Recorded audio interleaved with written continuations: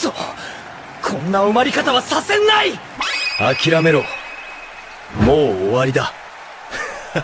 まだ時間がある。まだ終わってない。決めなきゃ。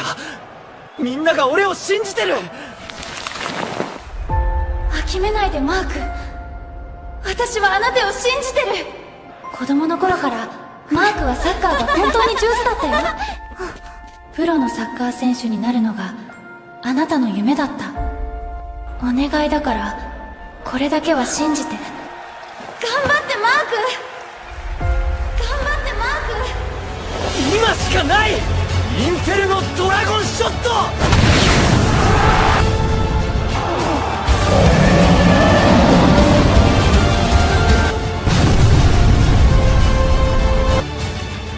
フィリピンがゴールを決めました。試合終了。アルゼンチン7、フィリピン1。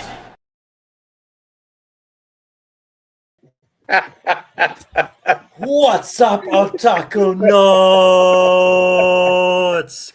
Did you like that little reel video before? That was so cool. Props to you, Sir RV. Welcome. Shout out to Sir Dan in the chat. Hey, Sir Dan, thanks for joining us to the second episode of Otakunauts Anime Podcast, an anime podcast for cultured men and women. Previously on Otakunauts, we talked about anime backstories, how we got into anime and stuff like that. So if you want to check that out, head on over to Spotify, Apple Podcasts, Facebook, YouTube, or Twitch. And if you enjoyed that discussion, follow us on your preferred social media platform by searching Otakunauts. To everyone watching live or tuning in via the podcast, thanks for joining us, listening wherever you are. We really do appreciate your company in this special World Cup edition. We'll be going through some certain football, aka soccer, anime, such as Blue Lock, Captain Tsubasa, Inazuma 11, and more. If you watch any of those animes or any other football anime, drop your thoughts in the comment section below. We'd love to hear. I'm your host, Sir V, but let me introduce to you the rest of the Soccernauts. Woohoo! First up, it is Sir Marky Mark, the star of the video. Mark. Hi, guys. Mark. Say his name right. Mark. Mark. So, Mark, what did you think of that video? You were the star of the video. It was so cool. Sorry, kasi it's my first time seeing myself as an anime. Tapos nag-animate pa siya. So, hi guys! Welcome to another episode of Otakunauts. I'm Marky Mark. Sorry for the dog na naman. Today we're going to talk about soccer, football, anime, of course in correlation of FIFA World Cup 2026. So sit back, relax, and enjoy the show. Also, if you have comments, please comment down below. Thank you. Thank you, Sir Marky Mark. Next up, last but not least, Sir Joe. All right. So last week on the Timeless Gamer show, we talked about soccer video games. So for this week, we are talking about on the Otakunauts soccer anime / manga, and we got 5 titles for us to give our initial impressions of. So spoiler alert, we haven't really watched the entire seasons of each one, just enough just to come up with just enough gist of the overarching stories of each one. So bear with us, enjoy the show. Yes. We only, like Sergio said, we only watched the first 5 episodes, or up to where we thought that we kind of knew enough. So, like, for example, for me, I think I almost watched the whole season of Aoshi. So, but the ones that we'll be talking about first, how about we start with, what would you like to start with, guys? Captain Tsubasa, Blue Lock, any particular ones that you want to talk about first? All right, we'll probably start chronologically. Okay. So let's probably start with Captain Tsubasa, arguably the very first soccer-related anime ever produced in Japan. 1983, I believe. Yeah, 1983. I mean, 83. To my knowledge, they like they pretty much spanned this or reboot the whole thing pretty much like what 3 4 times already. But but we watched the very first, the original Yes. run of Captain Tsubasa, Mm. 1983, and it's like what 120 plus episodes, and I'm like, fuck that, no. Yeah. Ain't It's a nobody long. got time to watch It's a all long first 120 season. plus, right? And that's just the first season of it, right? And and what and so the story was pretty much like what he's middle school, Mm. and to my knowledge, he the story went all the way until what he's like what in his late or early 20s, going to Mm. the World Cup, I think. Yeah. Yeah. No, that's So it's a character arc progression from the very first time when he was a kid and then all the way to adulthood. But hey, we're not gonna talk about the adult Captain Tsubasa. We're just talking about the very first season of Captain Tsubasa, 1983, when he was still when he was still like what, middle 11. school, Yeah. 11 years old. Damn Little it. bit. All right, so uh, let's just talk about the main character himself first. Sir Marky Mark, how do you see the main character here? So the main character here is called Tsubasa Tsubasa. Ozora. Ozora. Ozora.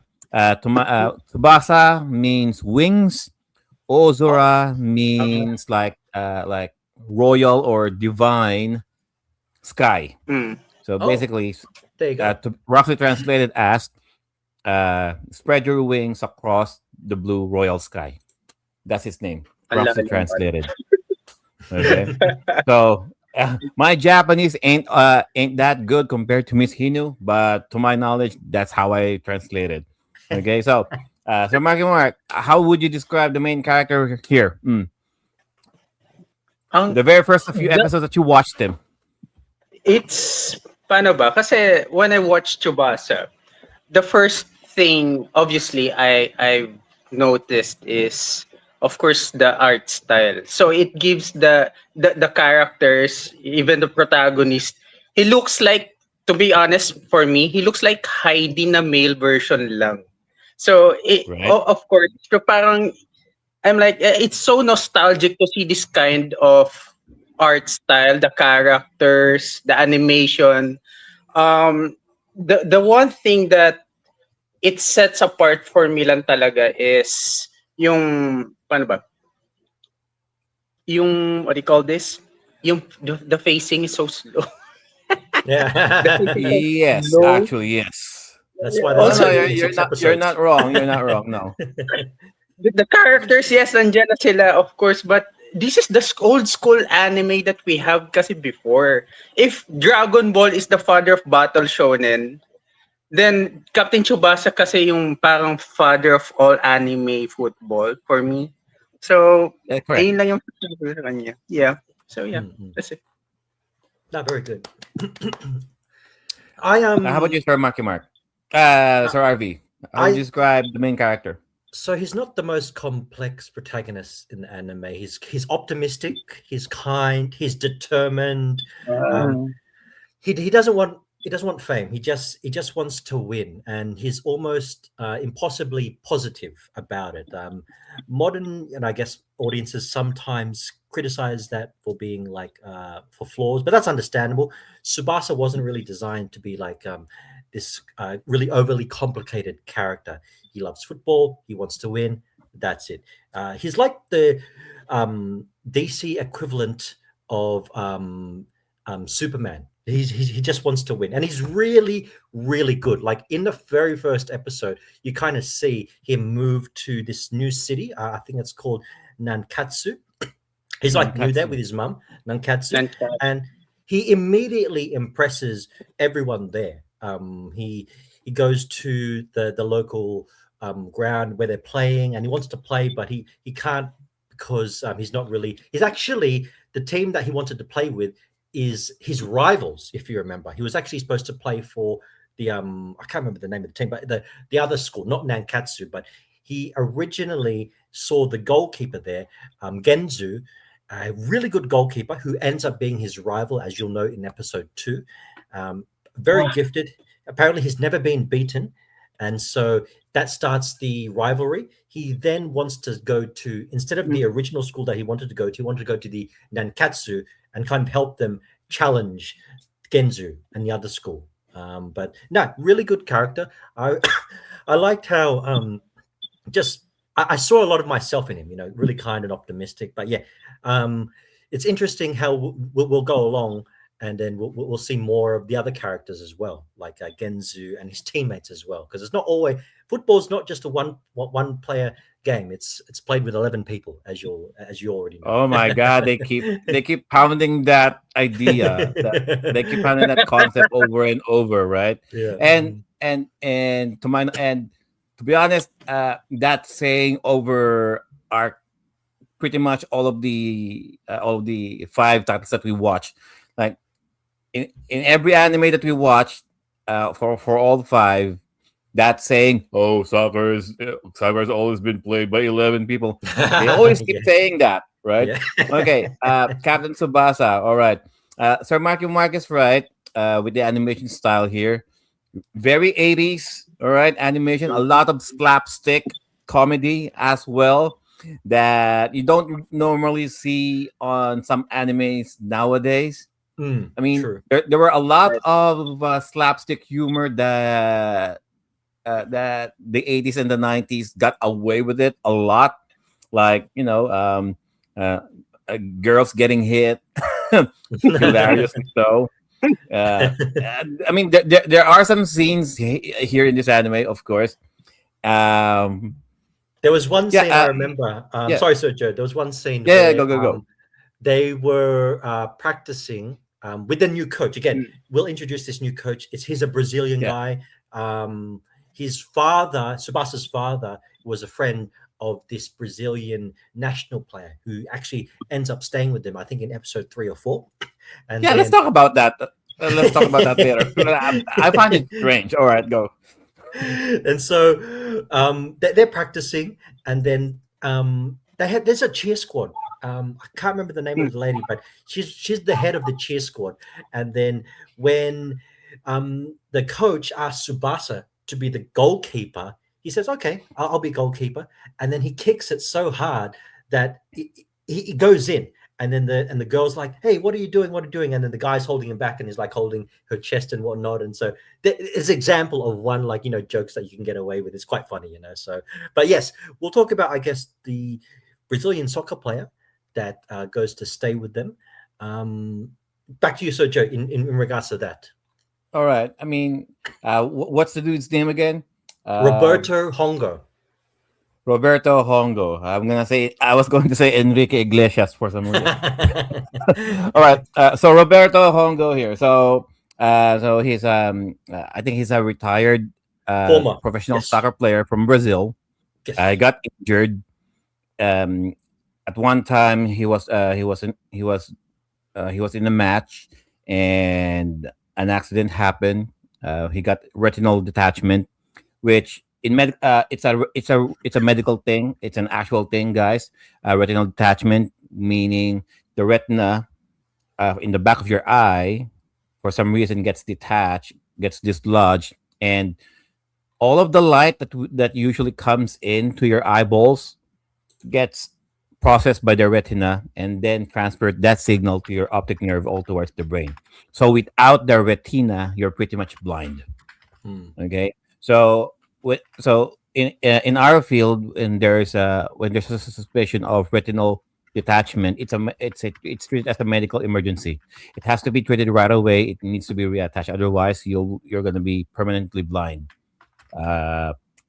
Very serious. If left untreated. Okay, so that's and I'm like, oh shit, that's a serious thing. Oh, yeah.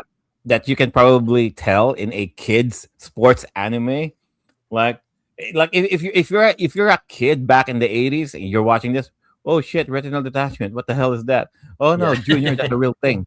Okay, you go permanently blind, because usually with soccer animes, maybe just I don't know, like a broken leg or a broken arm, or just a joint, just a sports related joint injury. No, retinal detachment out of all. The other player, I don't know, kicked him or tackled him so hard that it pretty much made him blind. Mm. So and all right, so and and all of a sudden his treatment can only be done in Japan. Whoopie doo. All right. Uh, all of the eye surgery experts in the world can be found in Japan. This is the only place that you can get your retina attached. Okay, sure. All right. Oh, uh, and okay, so it didn't really mention like how exactly. Maybe in the few episodes we will learn why or how. So Tsubasa's dad, which is like what like an ocean Seaman. liner captain, right? So he knows Roberto. Didn't In the first few episodes they didn't really tell like how they How? know each Yeah. other. Oh, I just Sure. know the guy. You know what? You need your treatment in. You need to do your treatment in Japan. Just you know what? Because you're such a good friend slash acquaintance at this point. How about I send you to Japan. I'll give you free lodging. Not only that, how about you stay in the current house that my wife and my 11-year-old kid is currently staying at Nankatsu, right? And Hmm. and like what kind of a responsible adult will would send a perfectly stranger at this point, right? Let them stay to your family in Japan, and I mean I don't know. It's just so weird because looking at Subasa's mom. You know, she's got it going on, and I'm like, Hmm. okay, oh shit, oh look, a professional soccer player. Okay, just you're gonna stay here in our house. Okay, how about you stay on the other on the guest room? Okay, and whenever Subasa is out there playing, and we'll play it. You know, we'll play a couple of one-on-one ourselves, huh? I don't know. It's just so weird. Like all Mm. throughout, all throughout that scene, my mind keeps going to the gutter, thinking that okay, Roberto and the mom is doing some hanky panky going on. Whenever Subasa is doing some soccer game outside of the house, I don't know. Sir Marky Mark, uh, the Roberto story angle, go. Actually, I forgot that part na. Nagkahalo-halo na sila sa utak ko, Boss Joe. Hmm. Anyway, The coach, go. I forgot that part ko talaga. What I want to say is that kanina pa it bugs me is the anime that we have today doesn't really go beyond telling medical jargons for me. Kasi like this Tsubasa anime, okay, we have that what's that retina detachment in animes that we have nowadays. We don't have that. We just say that oh that person has an illness. That's it. Mm. It's That's either it, you're right? that's it. He has They illness don't or really dwell on the specifics of it. No. exactly. Parang we forget this kind or this part of what reality na pwede natin ilagay dun sa anime and parang sayang naman. Mm. Yun lang. Yeah. As for the coach, sorry, I forgot you. Ano ako? That's it. Can I Sir just RV, say, go. About Roberto, go. I too was kind of confused at how did they meet a seaman and a professional soccer player, not for Japan, but for Brazil. So, firstly, how did they meet? Again, doesn't really tell you. So, look, I'm okay. I can skip over it, but it does kind of like, man, I'd really like to know how they met. But, anyways, um, he is one of the most influential characters in Captain Tsubasa. He serves as kind of Tsubasa's first mentor, a former Mentor. Brazilian professional footballer. Roberto was forced to retire due to a serious eye injury, as Sergio already mentioned. Unable to continue his own career, he dedicates himself to kind of discovering and developing the next generation of football talent in Japan, not Brazil, in Japan. Thankfully, though, the eye clinic that he's getting, or hospital that he's getting treatment at, is only walking distance, apparently, from Tsubasa's house. How So very convenient. convenient. How I mean, it's just next door of the just next door, right beside the house. Katabi. I mean, just a few blocks away. Oh, the It's just hospital's a few right there. blocks away. It's just a few blocks away. But after meeting, Tsubasa, I'm actually first. They kind of introduce him as this kind of like I guess hobo that kind of walks around and doesn't have a job. Well, he doesn't really have a job until he kind of takes over the soccer coaching team. But he immediately recognizes the potential in Tsubasa and offers to not only coach him but the rest of the football team, as well as instill discipline and playing with passion. And again, you'll see that in the coming episodes. He wants to take them to reach their potential, basically. And although Roberto doesn't remain on Tsubasa's side in the series, if you go further along, he's very an important character and mentor to Tsubasa. But no, I often did find myself questioning what's happening with the mom. How did they meet? Is his father really that trustworthy to just let a stranger? I know, right? But yeah, I mean, the dad is very trustworthy. I can tell you that. And props to Roberto. Okay, I mean, he's a good guy. for keeping it real, being a friend. I'll give him that. But I don't know, man. All right. How about let's talk about the origins of how Tsubasa was good playing soccer in the first place. And again, like we mentioned, this is one of those animes that back in the 80s and 90s that really got away with a lot of shit. All right. So I'm not sure about the reboot seasons of Tsubasa, but in this particular season, so when he was like 2, 3, 5 years old, this is how neglectful the parents are as well. Okay, so I mean they were out there outside of the house, and the parents were busy talking, and then oh shit, where's our son? Okay, so apparently, baby Tsubasa was playing with a soccer ball, and he managed to get the slip past his parents. And there's this truck about to isekai him, or he's about to get run over by a truck. But conveniently, because he was holding the ball pretty much absorbed all of the force from the truck. And Tsubasa just bounced over. He's practically fine.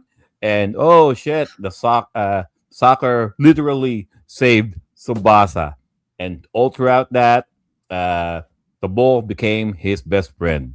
Oh, what a So much so, all right. Oh, let the ball be your best friend, your lover, your wife, whatever, your life partner at this stage. Okay. So much so that he pretty much like I don't know, like he missed a lot of the milestones of socialization with other kids because ever since then all he knew was just that ball. Like he didn't really mingle with other kids. I mean, just by going with with the first few episodes. But I mean, it's not like socially awkward. I mean, he can talk to other kids. It's just that he knows to interact with them. But by the end of the day, it's just him and the ball. Yeah. So, Marky Mark, your thoughts? I thought it was just parang it was its innate ability with the ball. He practiced every day and play with the ball, and Nobody really teach him how to do it. He just started dribbling, and then he got good. Yeah. So also, I remember the episode wherein he shot the ball under the car, yes.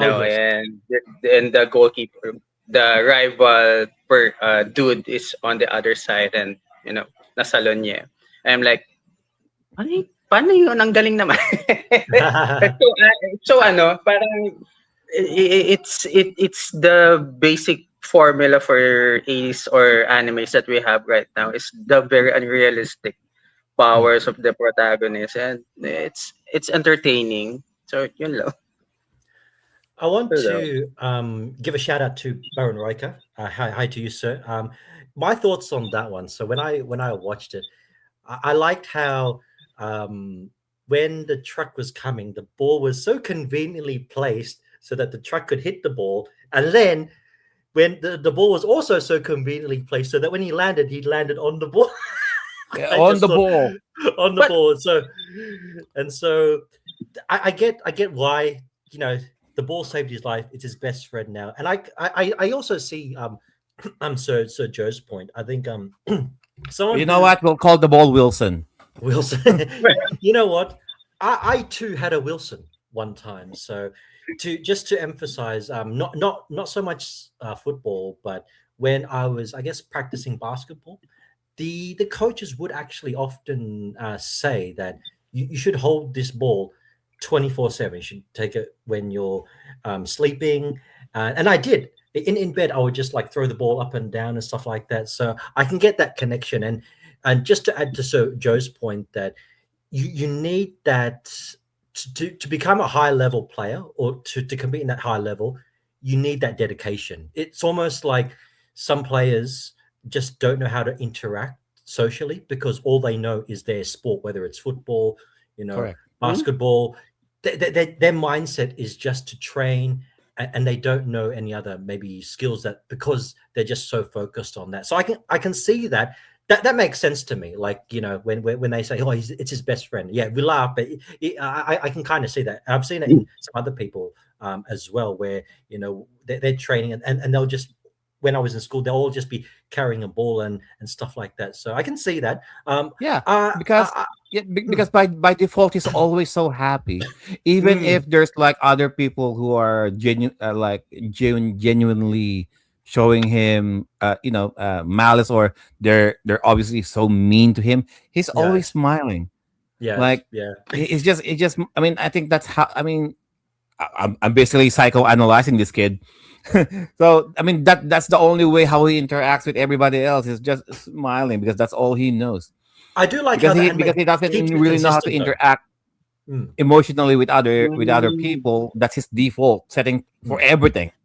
And in right. the first 5 episodes, you see that oh, his reaction is not something I would say, but for him it's normal because he's Normal. kind of grew up that way, like normal, but he grew up that way. So yeah, it's interesting. I like how the anime keeps that consistency. So he's like nice throughout. I wonder if anyone knows if there was a time where you get to see that bad side. I'd be intrigued to know. I haven't watched it far enough, unfortunately. I think I only watched up to episode 10. So there you go. Okay.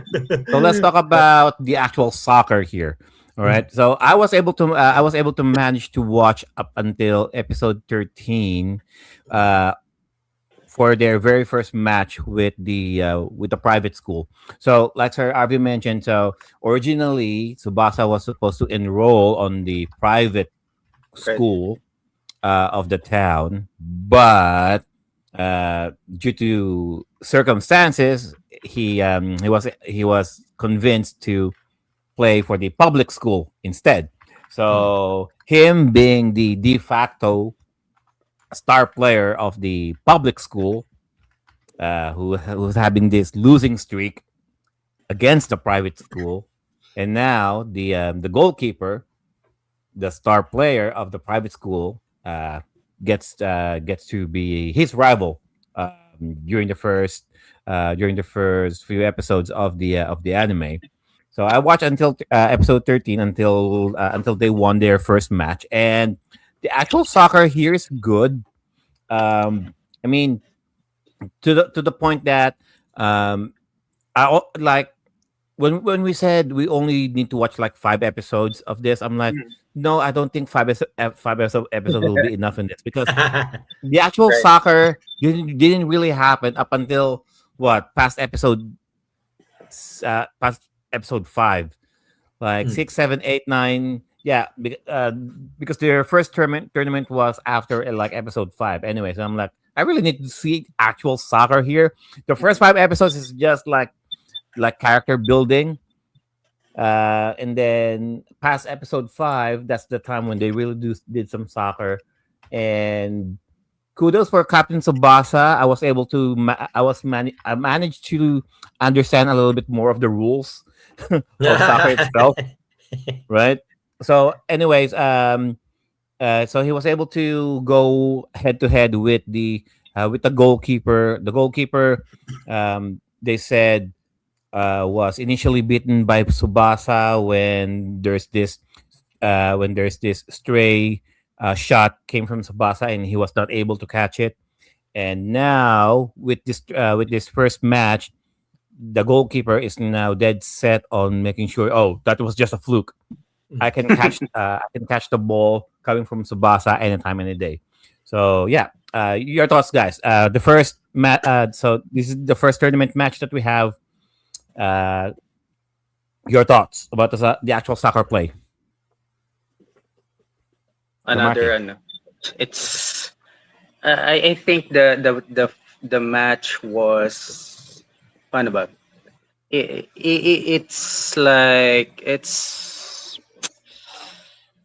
parang ang ano kasi like what I've said, parang it's a little bit of slow paced anime. So I think the Captain Tsubasa overall, the matches that we have was like it's trying to it isn't trying to teach realistic football or soccer to the audience. So parang for me kasi it's more like it's trying to make the audience or the kids before na parang ma-in love dun sa may mismong football na sports. So as for the matches above episode 5, I haven't watched those. That's my only thought on the soccer or the matches na mangyayari pa lang kasi I picked on the other episodes way past episode 5 and I'm like, oh nga no, parang ito yung mga tipong very inspirational anime that they have before that teaches you na parang, hey, you know what? When you practice every day, blah blah blah blah, you will be great, etc. Blah blah blah. So the typical formula for an old anime. So nandito siya. So yeah, that's for me. Yeah, Sir look, RB. so Mark's right actually. At its core, Captain Tsubasa is less about realistic football and more about the romance and the idea of football.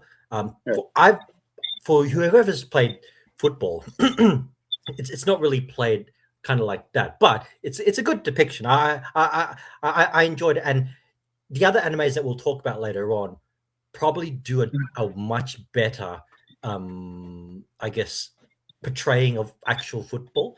But this, like I said, it's less about football, but more about the romance and the falling in love with football that they shows. The football itself is good. I enjoyed it.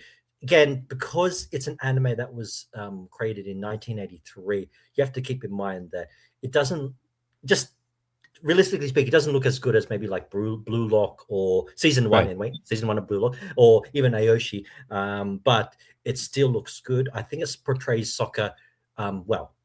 I'd give it a All right, 5 out of 10, I'd say. Yeah. Before we move to the next anime, I just want to say, adding another character here, like the ringer character, like past episode 5. So they introduced another player here. Sir Mark most likely haven't watched far up to this point. So they introduced another kid here. I don't know, like episode 4 or 5 or 6, and then it was like, oh shit, we need one of our players got injured. Who do we get?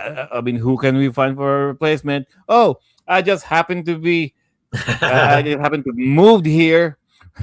I just happened to move here in this place. Oh, and just so in case. Oh, coincidentally, I also play soccer. How good you are at playing soccer? This good. You know what? You're in. You're as good as Subasa. What the fuck? I remember I remember that. So their first interaction was, I remember Subasa running home with his Running coach, home, Robert. right?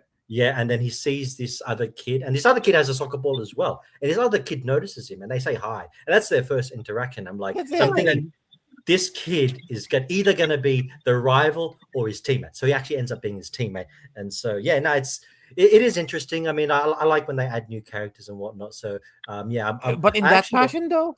yeah, it is a bit surprising, but I guess I just like when they add new characters just to kind of mix things up. I guess that's me anyway. I mean, you could have introduced him right from the very beginning. I mean, Yeah, why are we introducing him now? I think I don't know. also It's so very convenient. I don't know. it's also funny that he plays soccer and he's also very good in a. I would say Japan's not, well, maybe back then wasn't like a huge football country. If I'm being honest, it was more baseball. Baseball was kind of Baseball.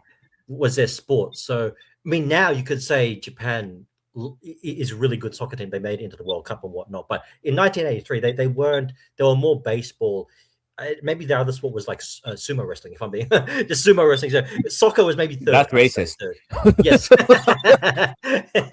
I'd say All soccer right. was like third. But yeah, All I right. get what you No, mean. no, no. I mean, is there any anime about sumo?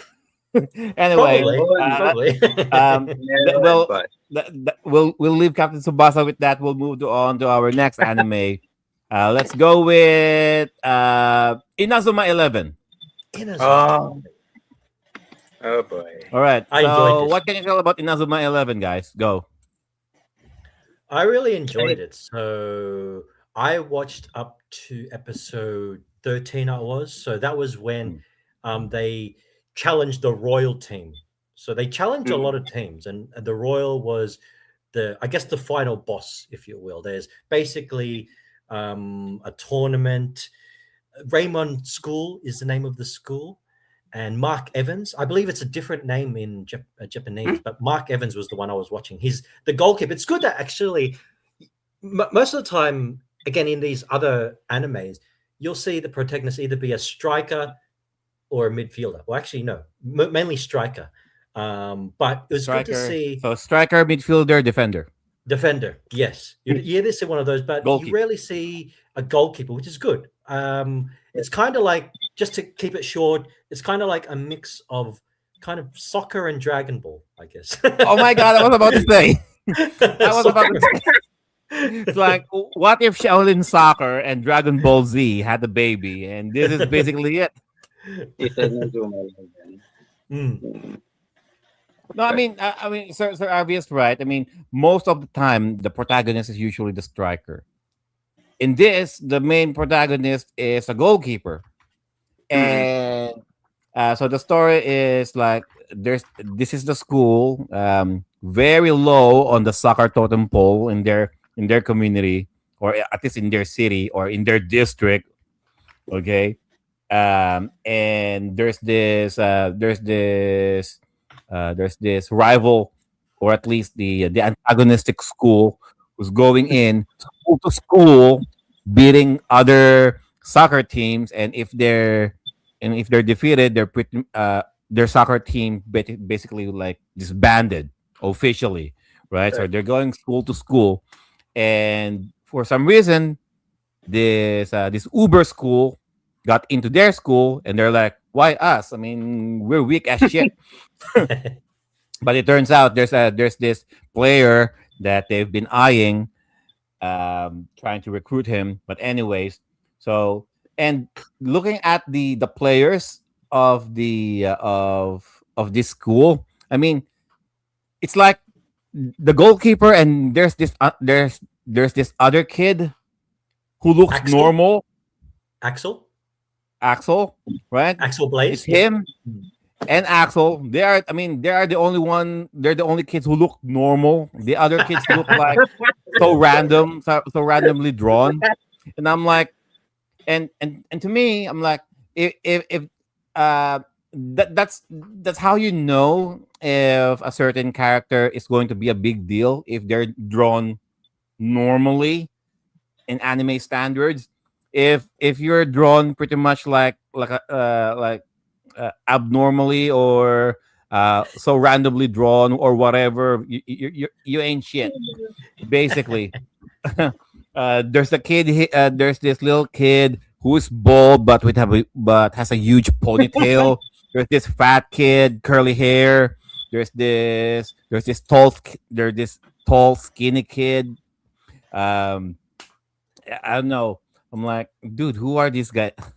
I'm like, are these gonna be your starting lineup? I mean, all the way to the finals, because I keep thinking by the end of the after watching a few episodes, there will be more characters gonna be introduced who look somewhat normal, like protagonistic ish in their in appearances, not just randomly drawn. You know what I mean? Um, because we got a character who looks like who looks like Vegeta with gray hair. Oh, Axel Blaze. Yeah. Axel. There you go. Right. Pangalan pa lang. Anyways, so yeah. Do we even have to mention the? Okay, so the goalkeeper here, his name Daichi. Mark Evans. Mark. Sir. So RV watching the English version of the show. Yeah. Sorry, I'm Okay. watching the English So version. let's call it Sorry. Mark Evans, all right? So Mark Evans, right?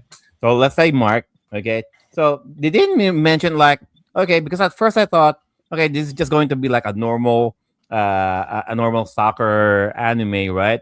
And then all of the bullshit started happening, Shaolin soccer style, and nobody mentioned anything about him having the God hand move. Exactly. So apparently, Tama. as a goalkeeper, he just puts his hand like this forward, It's so and this OP. big giant ass hand right there catches the ball. I'm like, dude. I mean, how the hell do you? I mean, nobody It's so explained that OP. shit. It's so OP. It's so no. It's not about being OP. Nobody mentioned that shit until he did it. You know what I mean? No, I mean there was no lead up to it. Oh, guys, I have a superpower here that I can do this. Because no, because in the first episode they were because they were introduced to being so weak of a team, so you would assume that he's just a normal goalkeeper, right?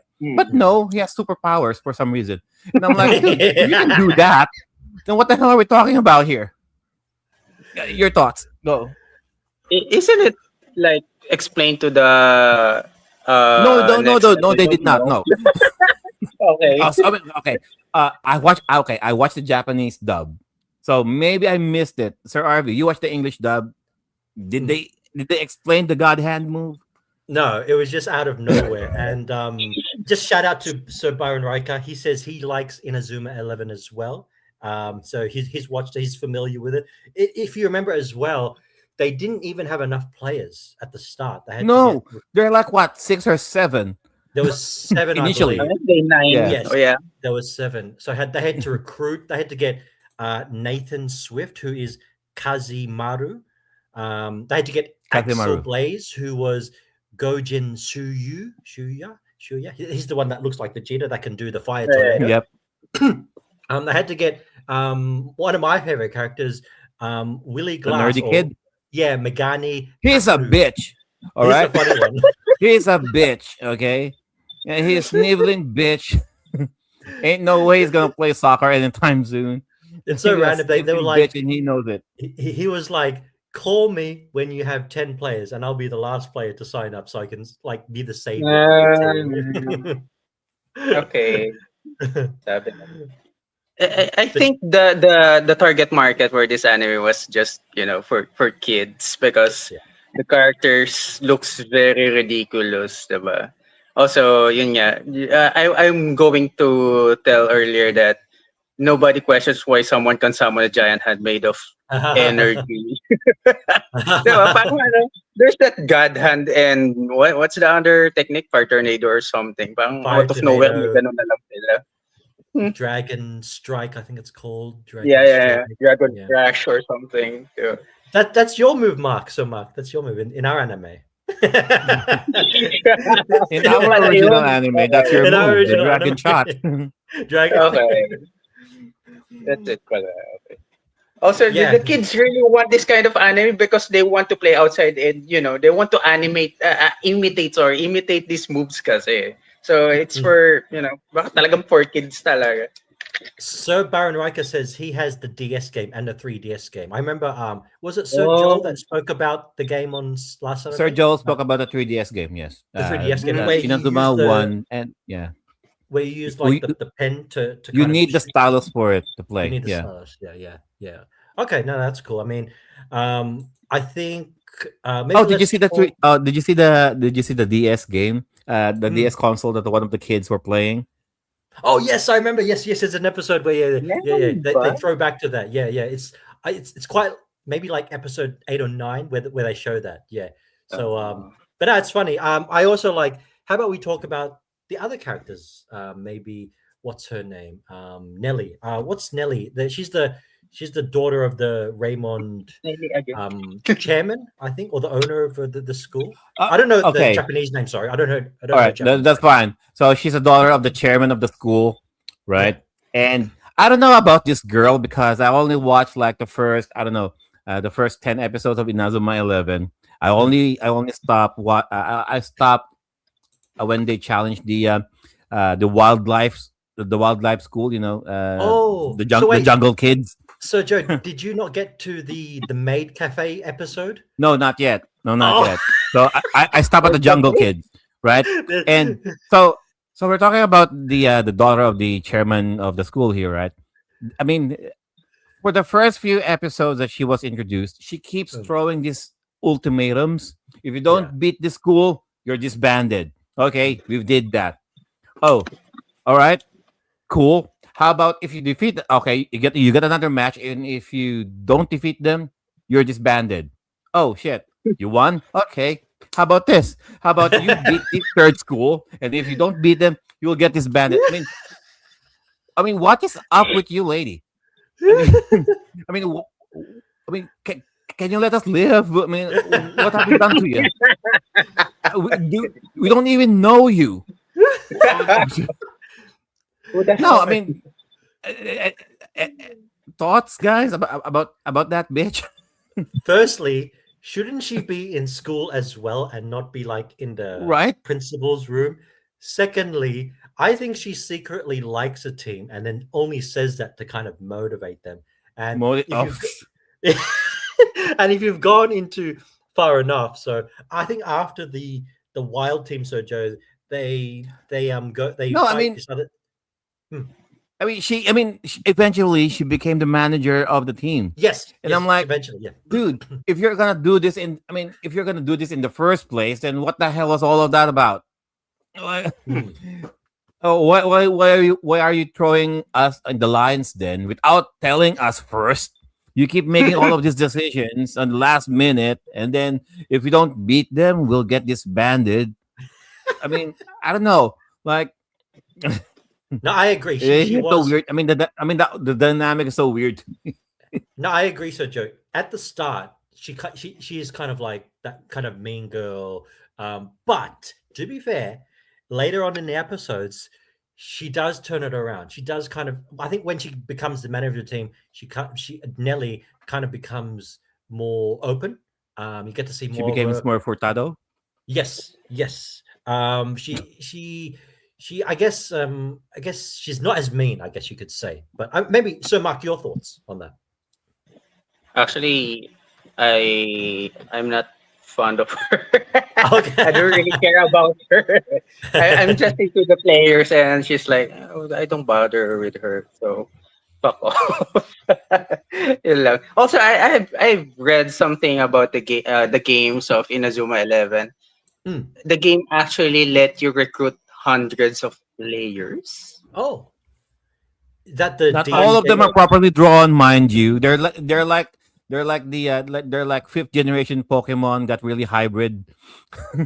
They don't look nice to look. They don't look nice to look at. That's all I'm saying. Oh, okay. Oh, that's pretty cool. You can kind of recruit players. I mean, as you it's go not along. like it's not like the 108 stars of Suikoden. Like each of them are pretty much drawn uniquely as possible. But in this game, they're just random people, random NPCs.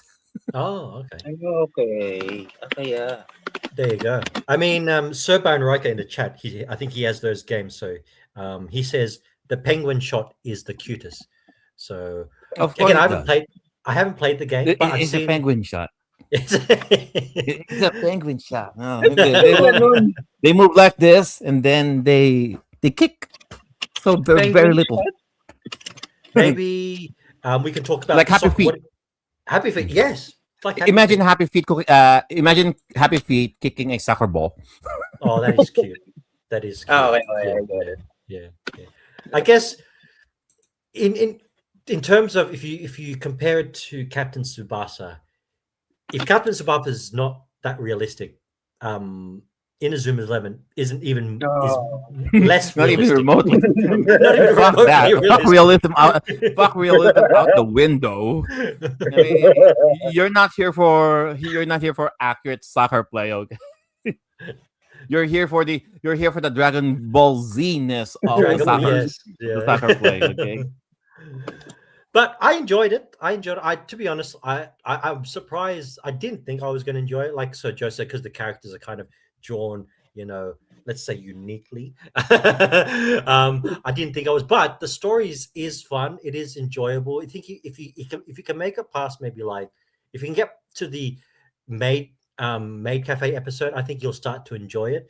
I certainly did. I think I went up to like episode 13, 14. So, and I want to continue on to see what happens more. So I'm kind of invested in it. So my score, I'd give it like an 8 out of 10 so far. Half But the then again, moves I that they like pull Dragon off Ball. here, I like alright? Dragon Ball. half the moves that they pull off here are illegal in actual soccer, guys. Just so you know, Sir Mark, about the soccer, the overall soccer play thoughts. Exaggerated. I mean, if for the audience that we have, if spoilers, okay, if you don't know Inazuma 11, if you're looking for actual football anime, this is not for you. Yun lang. Yun lang talaga. Yun lang. It's not for you. That's it. And to be honest, they didn't really call themselves Inazuma 11 in the first place. Okay, No, you're Inazuma 11 is basically his the grandfather's team team. Yeah. of the main characters, Mark, Mark's grandfather's team. That's what they call themselves, Inazuma 11. And the grandfather left Mark this diary of certain strategies, certain plays that they can use, or special moves. Um, so it's on a notebook. Mark Only he has it. can read. Um, only I mean, not all of it. Not all of it though, but it's there. So they're trying to and the instructions are not really specifically written. It's all up to interpretation, really. So it's now up to Mark and his teammates to somewhat interpret or recreate some of these plays, these strategies, some of the special moves by themselves, by their own, and just call it what it is. I mean, it could be anything, but okay, let's just call it what it is. If it's a shot like this, okay, we'll call it this shot. All right. Anyways, Okay. guys, closing remarks about Inazuma 11 before we move on. Can I just say that book could be anything? It could be a cooking book, but only Mark can read that No, book. yeah, it could be right. Is it a It stray could be ball anything. from the... I mean,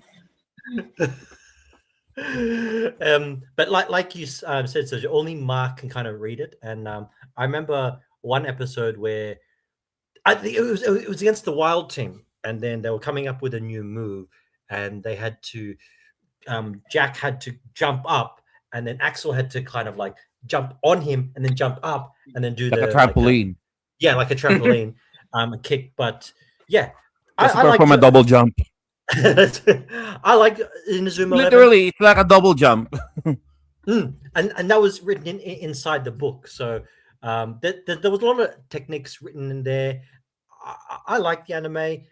Like I said, I gave it a 7 out of 10. Very solid soccer anime. I'll So give the He, anime he, he, like ga- he gave it a he gave it an 8 out of 10. Now it's a oh, 7 out of 10. sorry, 8 out of 10. Sorry, I forgot my own I score. remember that. I forgot I'll my own give it Alright. score. like 6 out of 10. I mean, it's basically Dragon Ball with goalposts. So If you like Dragon the Ball, you like it. anime is fine, I guess. The story is okay, but the absurdity of the skills is for kids. So I'll give it like 5 over 10. Yeah. I would have appreciated more if he learned God Hand by reading the book first. Mm. But no, he already knows Mm. the God Hand even before the book was even established. So okay. So we're not gonna explain how you learned this move. You're just gonna pull this off your ass. Okay, sure. Maybe in the later episodes, maybe they explain that. I'm not sure. If Sir RV doesn't know, then that means he hasn't really watched that particular episode far off. Okay, so Not sure. hopefully in the later episodes they'll explain how the hell he got God Hand. All right, And then he'll turn Super Saiyan. and then he'll turn Super Saiyan. No, literally, he will turn Super Saiyan. All right. Let's try. Okay. As far as animation goes, I would probably go with Giant Killing. Giant killing. Let's go with Giant Killing. I like All right. giant killing. Mm. All right. So Giant Killing, guys. So basically, the main character here is also a what's his name? Itsuki. Tatsumi, you mean? Tatsumi? Tatsumi. All right. Yeah. Tatsumi. All right. Tatsumi. So Tatsumi originally was a player for the East Tokyo ETU. United, Mm. the ETU team in Japan, and then he got headhunted to play abroad. So he turned back on his university team to play somewhere else.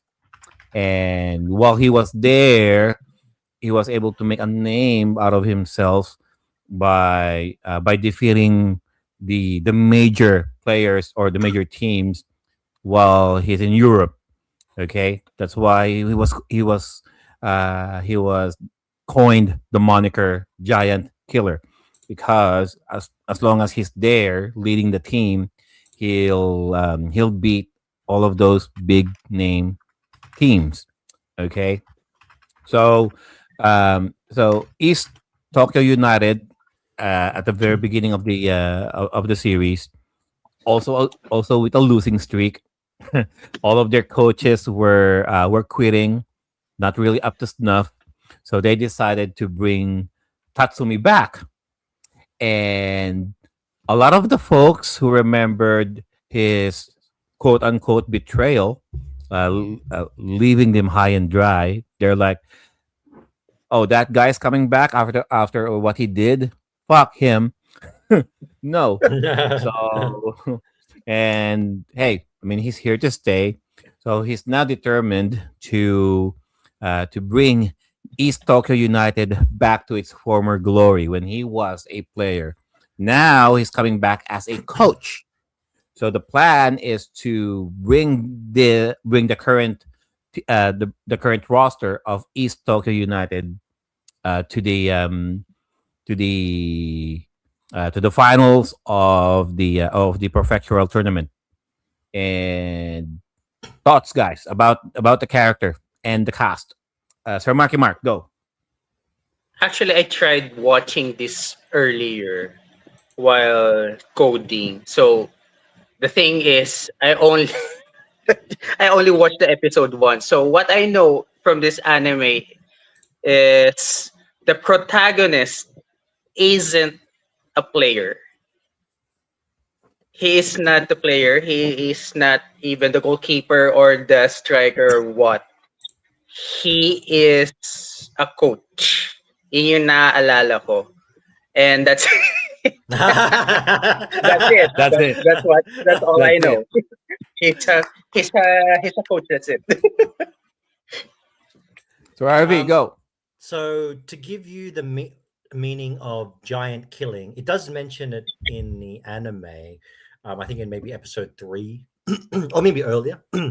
But giant killing in football, it occurs when a smaller or weaker team defeats a heavily favored opponent. So that's where the Like term giant. it's like David and Goliath, guys. The Exactly. underdog beating the giant or the Exactly. more notable team. Yeah. That's And what we love. in this anime, I like it because unlike Captain Tsubasa, or even what was it we just talked about, Inazuma 11, it doesn't center around a player anymore. He used to be a player, like you said, Joe, for ETU, East Tokyo United. However, he left that team, ETU, to go abroad and to play in Europe, I believe it was. And then he also managed a team in Europe. And then in the first episode, you can see, in the very first scene, actually, you can see, I believe it's his sister and maybe his brother or like someone from the team, ETU. They go to find him, and he's managing a European team. I can't remember the name, sorry, but this team is being very successful. They're in the FA Cup. If you know the FA Cup, it's like a very prestigious kind of a tournament. Not as big as where- FIFA.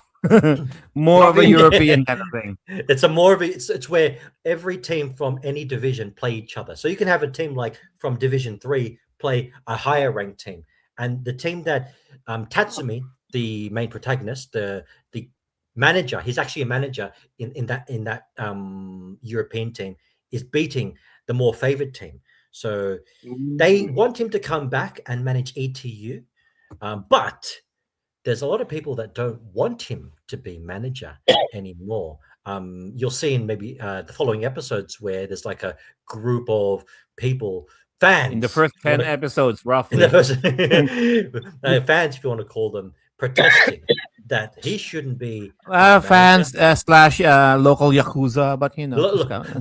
local Who's to user, say? haters, all the same Haters. things.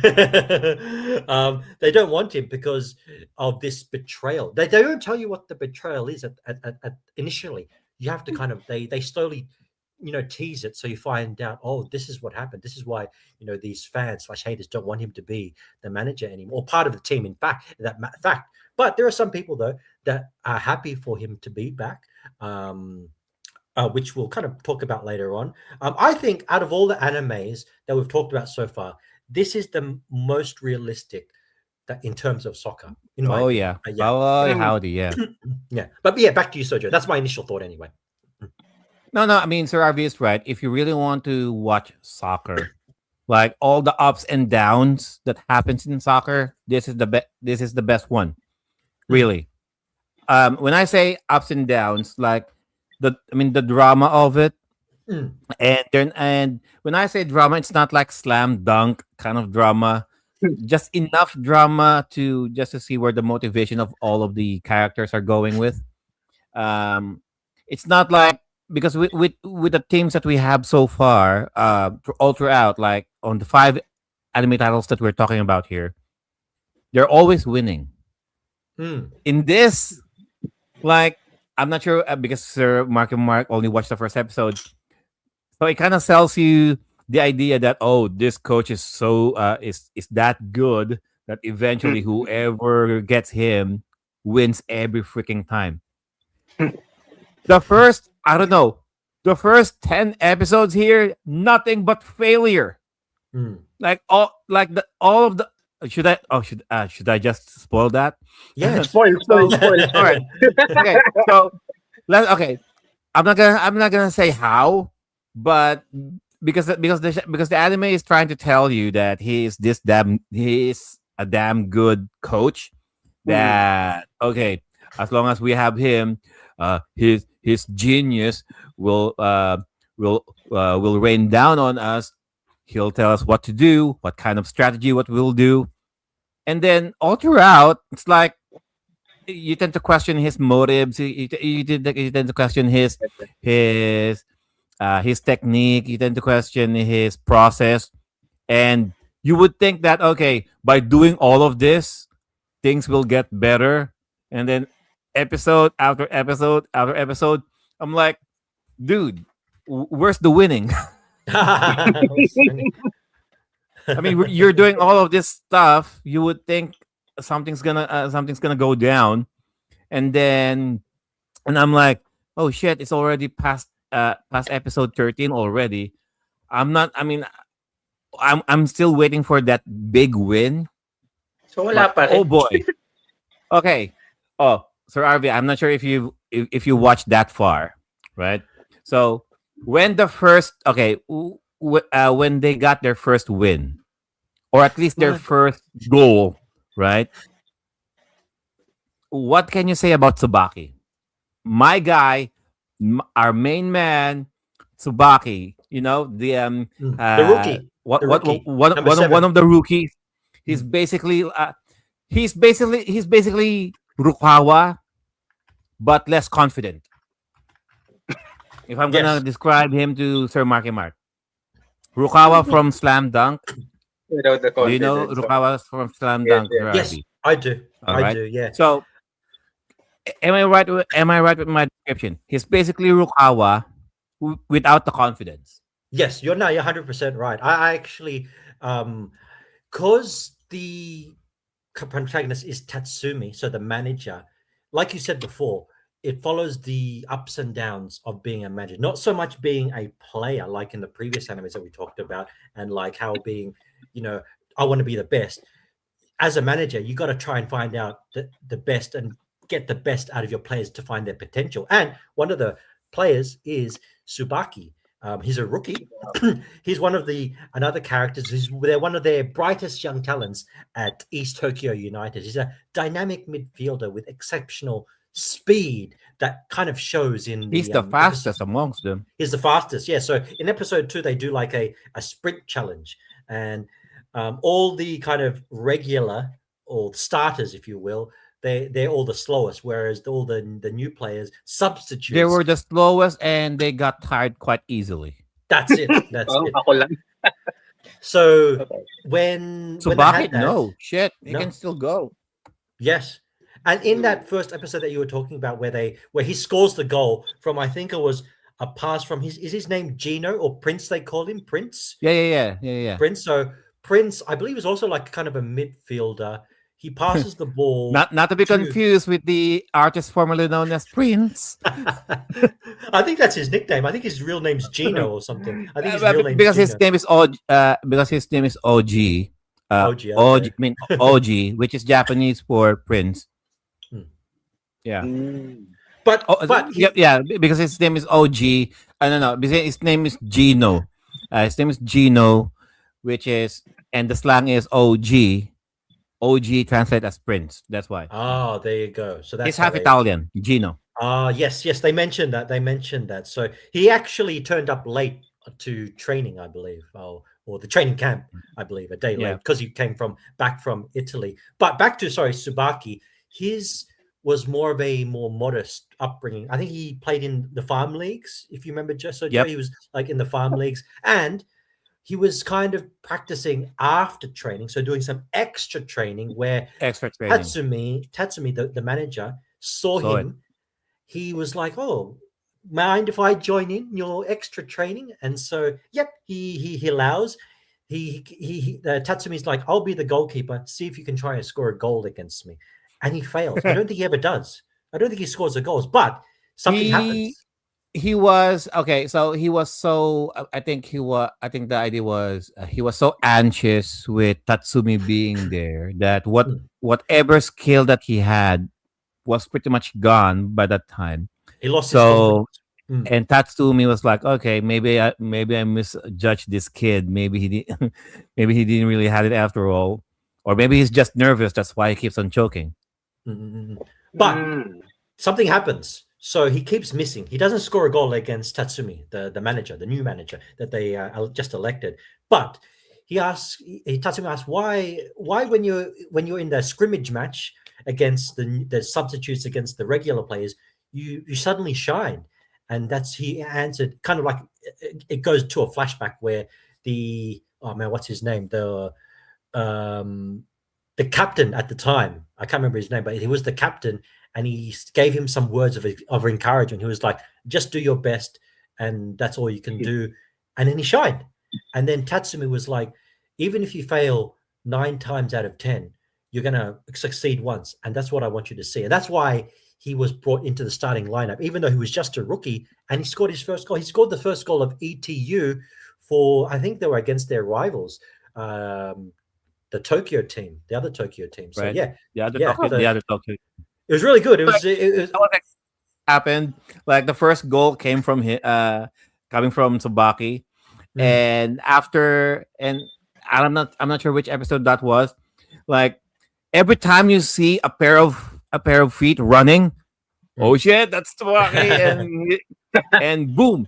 So he'll do something insane, and he'll either he'll do a special save or a special pass, or he'll do a special kick.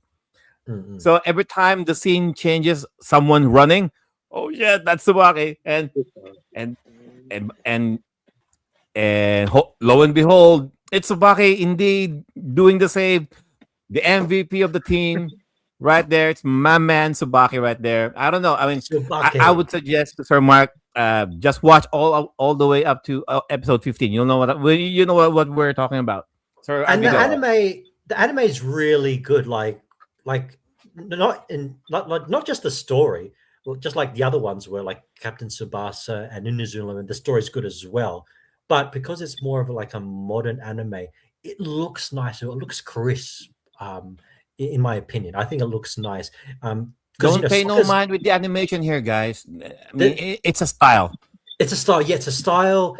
And soccer is a very fast-paced game. It's hard to kind of, even when I was doing like the animation for soccer anime that I showed earlier, it's hard to kind of, get those animations right and at the best of times. So, but yeah, no, I definitely.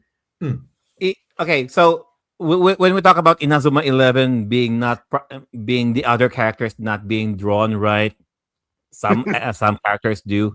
In Giant Killing, imagine the animation style here has their own distinct style. It's like it does. It's like you're watching Initial D. The characters look like that. It's Initial D when you see their faces like that. It's JoJo Adventure when you see their animation looks like that. In Giant Killing, it has its own look. So and like One Piece has its own look as well. So they don't look pretty like our Ashi or Blue Lock or and even Captain Tsubasa. They all look the same. So you know what I'm talking about. I do. So animation style, they all kind of look the same. Yeah, no, I get what you mean. I would say in terms of like just the 5 that we're kind of reviewing now, I would give it in the middle. Giant Killing, Blue Lock and Aoshi look magnificent for a soccer in terms anime. of character design. Yeah, in terms of character design. But Giant Killing, like you can show me a character. You can like show me any character from Giant Killing, even a character that hasn't been introduced before, and I'd be like, "Yeah, that's from Giant Killing" because it's so unique. You'll know that it might be from Giant Killing. That kind of animation style, it's a giveaway. It's a giveaway, yeah. So, but I would put it in the middle tier. So, Blue Lock and the rest up there. Blue Lock, to be honest, yeah. Aoshi, Giant Killing. Tsubasa, and then fuck it, They're at the bottom, but the story is good. The story is good. The story is good. The story is good. That's why I kept watching, anyways. But yeah, I would give this like maybe I would give it an 8 out of 10 as well. I like the aspect of seeing the general manager and not like the player perspective. Because all the other animes that we're talking about are from the player's perspective, not the general. So that way, it's kind of unique. And I just like Football Manager in general, so I'm quite biased in that sense, anyway. In all of the because with Inazuma 11 and Captain Tsubasa, yes, the main character is playing for the underdog. Look, talking about this now out loud. I think the idea of them losing a few matches is basically it's a foundation or to establish that they are the underdogs. If you're the underdog, then that means you are really losing. So we need to see you lose so that by the time you actually win, it means so much more for the viewer. 100%. You're spot on. right? There. Because with Captain Tsubasa and Inazuma 11, okay, they were okay. They're just gonna tell you, oh, we're the bottom of the barrel, we're the bottom, we're the very bottom of the ladder. Right. We'll just and then what? And then 20 minutes later, oh shit, we have our first win. In no, yeah, and in this, I was very frustrated for the first few episodes because they keep on losing. And then talking about this now with you guys, then I realized if they really want, if I'm the storyteller, if I'm the author, right? If I'm establishing the fact that this is giant killing, I want to make sure that before you giant kill, I want to establish that you guys are losers. Mm. You guys are losers. So that, but you are the David here. You are literally the underdog here. So we need to establish that first, so that when you get your first goal, when you're one of your characters here scores the first goal, it means so much more for everyone. It's like you, the viewer, you, the viewer, is also watching along with the supporters of ETU for every miss, for every pass that didn't get through, for every goal kick that didn't went through, for all of the unfortunate events that went on. You were frustrated along with them. You feel the disappointment along with them. Sir Arvi knows what I'm talking about here. So by the time when it actually happens, you are excited along with them. You feel like you belong with the ETU crowd. Like you actually feel the energy that, oh shit, my team finally won. My team finally scored. So Arvi, am I exaggerating? No, it's a good point. So when I watched their first game, I was totally expecting them to win, and then when they lost, it was I was like, oh wow, they're not going down that road. So when they did win, it made the victory, like you said, so much sweeter. And I think that's a good way of putting it. Like it's a very David and Goliath. You kind of have to get through the first, I'd say, 10 episodes before you can. 10 episodes at least. Yeah, before you can go, oh, finally, my team's winning. But yeah, no, I totally can see your point of view. Totally relate. It's a good point, actually. Very valid point. Wait, so there's Right. no like flashy moves or something? That's it. It's so Oh, there it's is. so Yeah, grounded. there is. Yeah, there is a bit. I mean the flashiest moves that I can tell during the first 15 episodes of RV. It's from Tsubaki. Either Yes. it's either from Tsubaki or from Gino.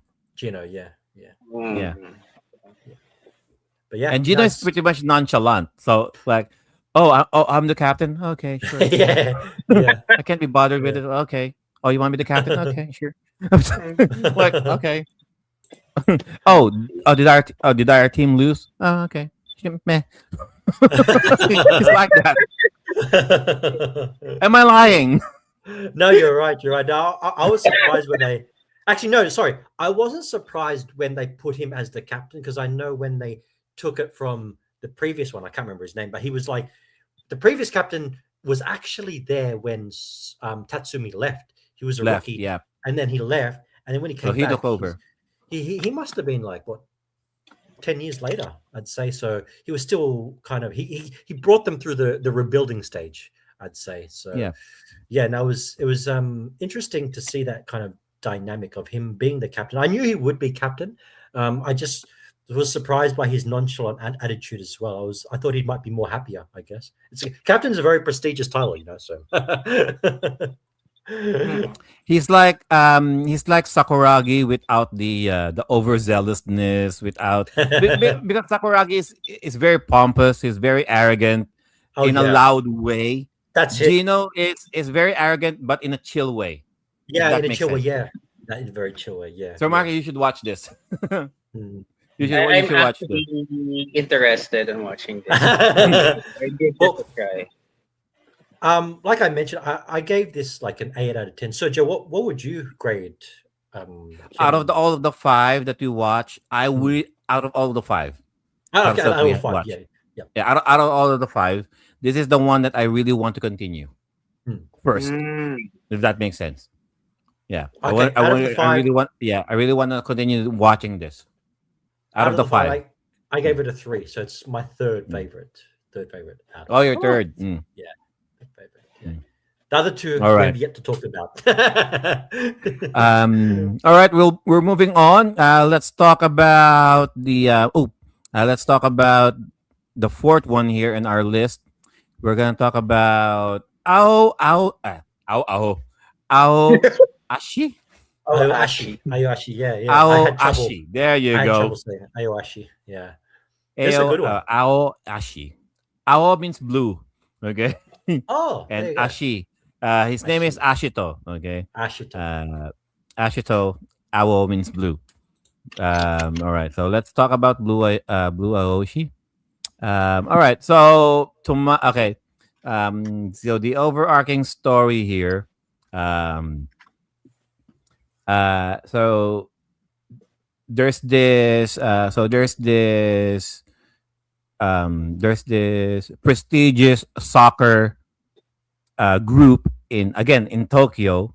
Okay, they're trying to build a for every year they're trying to recruit a lot of players from other regions of Japan, and then they're trying to pit them against each other, and then trying to come out with a super team of soccer players.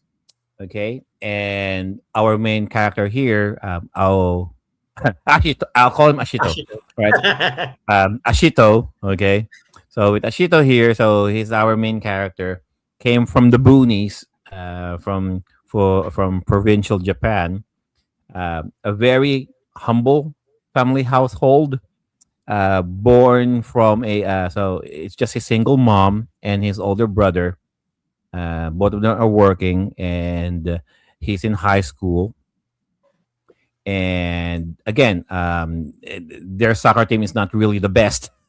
Again, and then he was scouted by this person from this prestigious soccer group. Okay, how about you come to Japan? Okay, and oh shit. Uh, before that, so let's okay, rewind.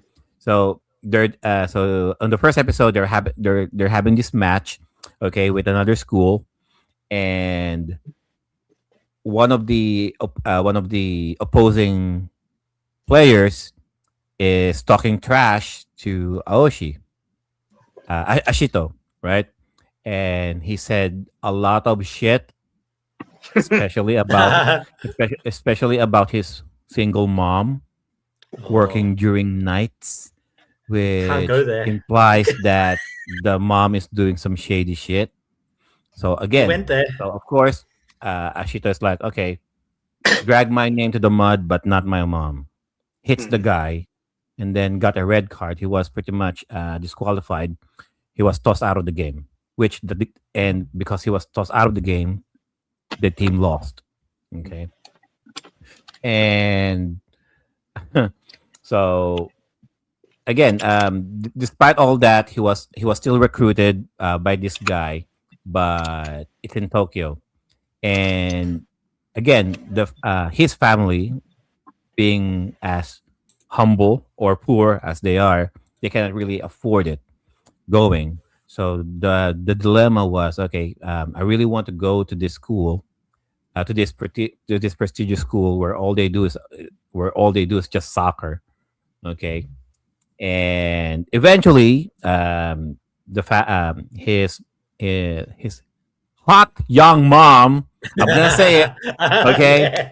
his rocking mom, No. he's a rocking bod mom. Okay, all right. No. I'm, to my knowledge, she works as a I think she works as a hostess, as a Japanese hostess. Okay, okay, Japanese hostess is different from a GRO hostess in the Philippines. Okay, um, if you so basically they just it's like a bar, and if there's like patrons there, and the Japanese hostess will just greet or accompany that said customer.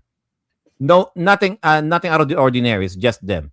Okay, Japanese laws is very the Japanese law is very particular about about the hostess business. Okay, nothing sexual going on. You can look, you can talk to them, but touching them or anyway disrespecting them, it's against the law. Okay, so if you understand that, then that means she's working as a Japanese hostess in some bar in the boonies, and that's main their main source of income coming from. Okay, and they were able to manage to pull through enough money to send him to Tokyo. That's the overall drama, mostly of the first 5 episodes, and then the other half is the soccer. Okay, which Sir RV go. Yeah, like you said, the story follows Ashita Oi, a gifted but raw football player from rural Ehime. Although he possesses, instinct and natural talent, he's never really have received structured coaching. And like you said, he got trash talked, he lost his temper. Players Very can't do that. You impulsive. can't.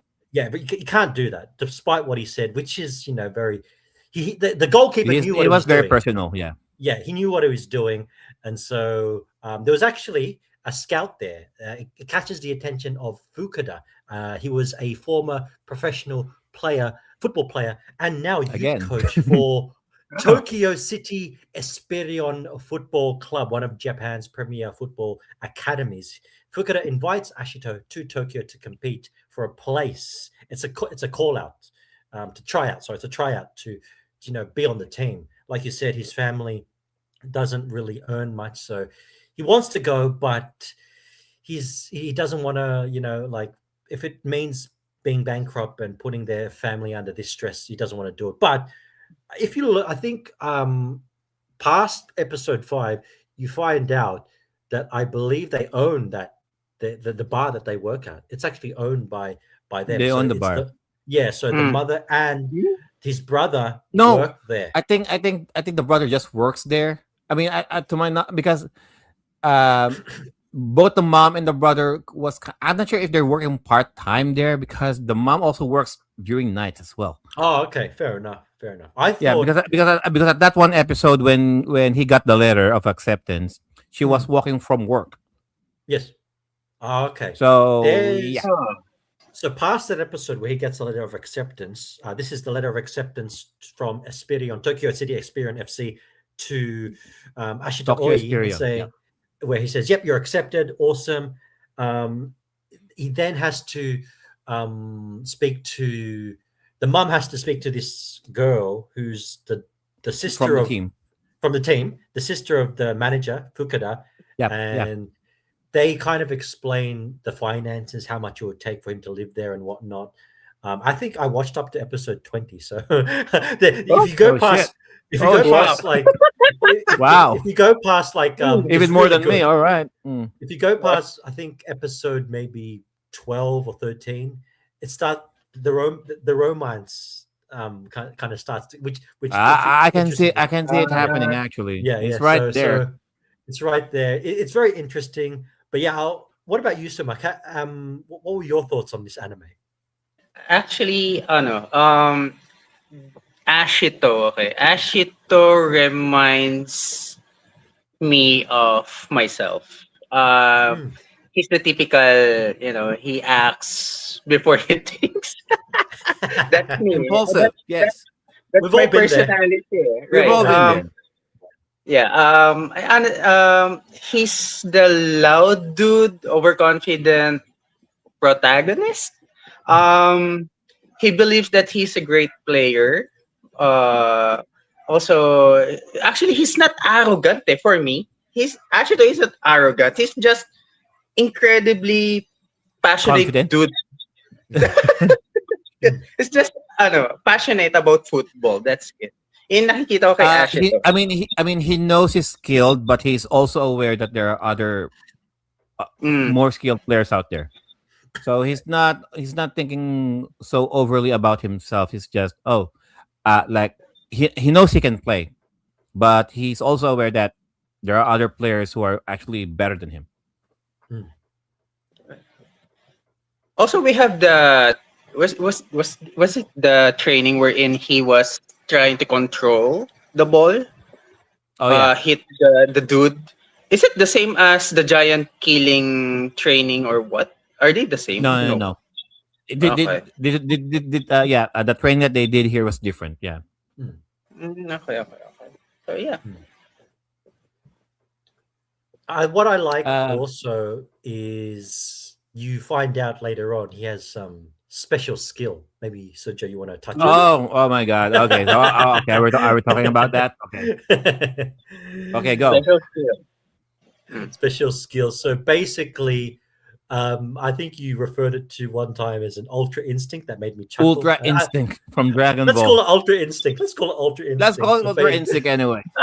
Let's call it ultra instinct. No. It's funny because basically what this ultra instinct allows him to do is kind of take control of a crow, and the crow kind of sees the field, and it sees like he can even kind of predict what players are going to do, where they're going to move, if they're going to be here, if they're going to shoot and whatnot. And it's very, very cool how they do it. They do it in like slow-mo. They get the bird eyes kind of light up in red, and it's he's doing his move. Cool. It's really cool. He uses it. He doesn't control it though. Obviously at the start, because he's not even aware that he's doing it. When he gets out of the trance, he's like, oh, what was I doing? And but you kind of see him kind of control it. In the later episodes, I don't know how far you guys went, but obviously he's a striker. Spoiler alert, he gets moved to fullback. There you go. I said it. He gets moved to fullback because of his ultra instinct. Oh. He needs Okay. he needs to be at the back because his Ultra Instinct, also known as hyper perception. Hmm. So if he's on the back, then that means he can if you're at the back, then as the viewer, you can see where everyone is going. So you know who where the left fielder is going, you know where the right fielder is going, you know the defenders who are going, who's marking who's the forward, who's the striker, who's gonna pass to where the pass is going where. So Oh. with him at the back, with his hyper perception, he's able to somewhat predict the trajectory of the ball from one person to another. So if he's at the back and he can pretty much predict the play beforehand, he has now the ability to tell the others, or at least warn the others, where they should move, where should they place themselves, and when to hit the ball towards the goal. So he's not really. So he's not. So in a sense, he's not necessarily. He's not the coach per se, but he's not necessarily the ace player in a matter of he's the striker. Yeah, I mean, that's a good point. what's the best term for him? Like I'm not gonna say it's like a point guard in a basketball. Yeah, it's He's like a similar point to guard. Yeah, it's Yeah. very similar. I can honestly say it took me by surprise. I was not expecting the main character whose dream is to become a striker, A striker moved. goes at the back. move to fullback. But it's a genius move because after that episode, I was like, oh shit! I actually want to see what happens now. I want to see how. Yeah, it because reacts. because his move. Yeah, because at that stage when his ability is being explained, there's no other way for him to do it unless he's at the back. And initially, the position change feels like, for him anyway, feels like a failure. Ashito wants to be a striker. Instead, he's moved to left back. Many viewers initially react kind of like Ashito, like I did. I was like, oh, why would you move an attacker to defense? All the way there. Yeah, but that's because they're thinking emotionally, not tactically. So modern fullbacks are, often the most influential players on the pitch. They're kind of like, in his case, he's more of like an attacking defender. So he can actually move up if his, defense is all good, which is actually in the anime, they his defensive teammates say, look, Ashito, you can actually move up and attack if you want, but make sure that your zone is defended. Kind of think of like you might not know these players, but like Marcelo from Brazil, it's kind of like that. He's like an attacking defender. They dictate attacks. They moving Ashito to fullback makes a more profound statement. Sometimes the path to greatness isn't like what you're destined to be, but what your team wants you to be. It's becoming what the team needs. Yeah. Yeah.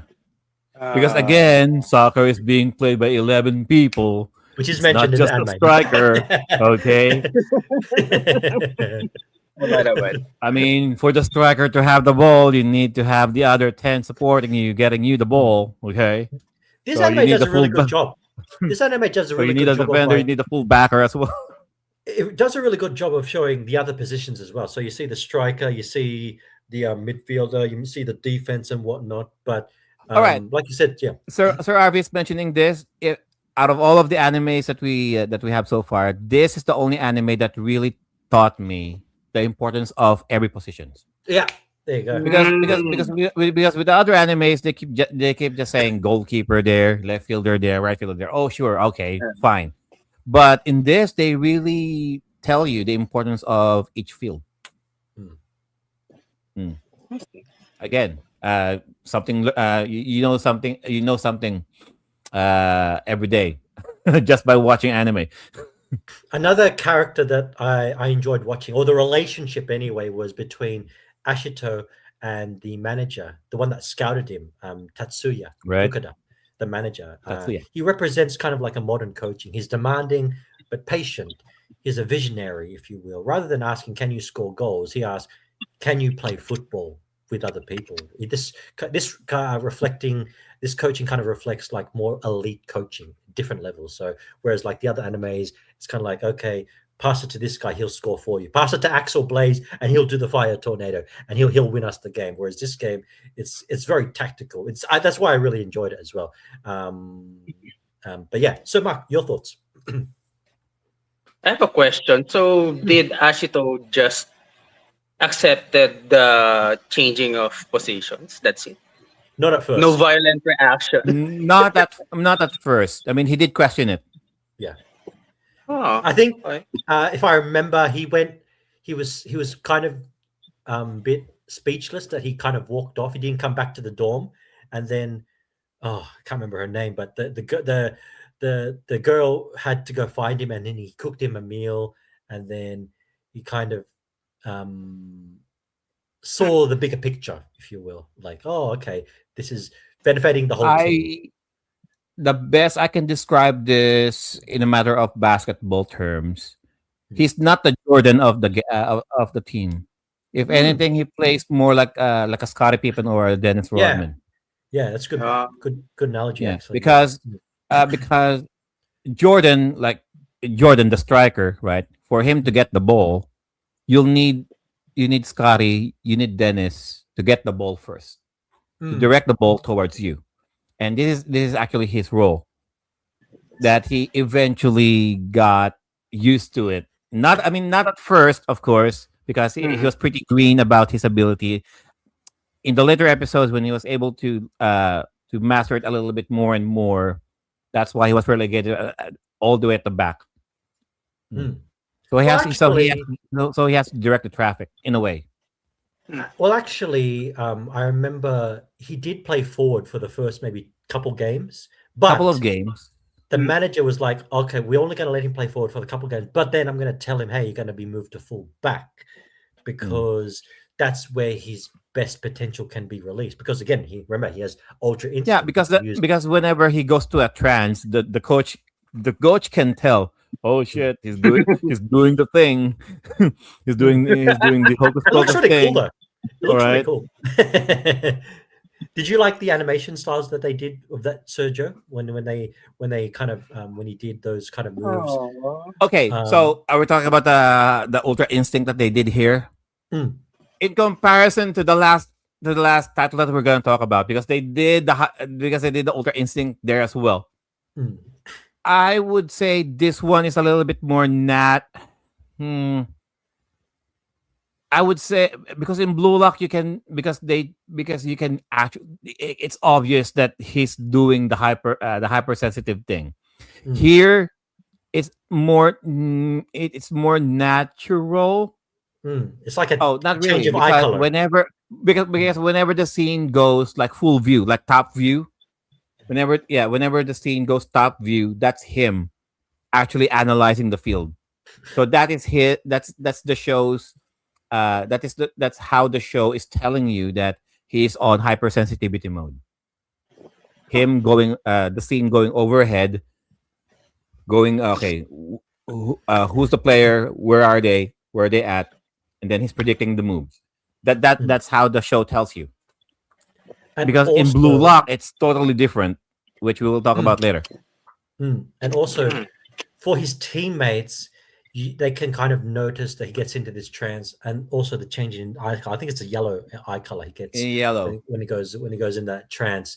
But yeah, I enjoyed it. I thought it was really cool when they did that. I was like, oh, he's doing that thing again. He's doing Ultra Instinct. I also like the relationships that he has between his teammates. So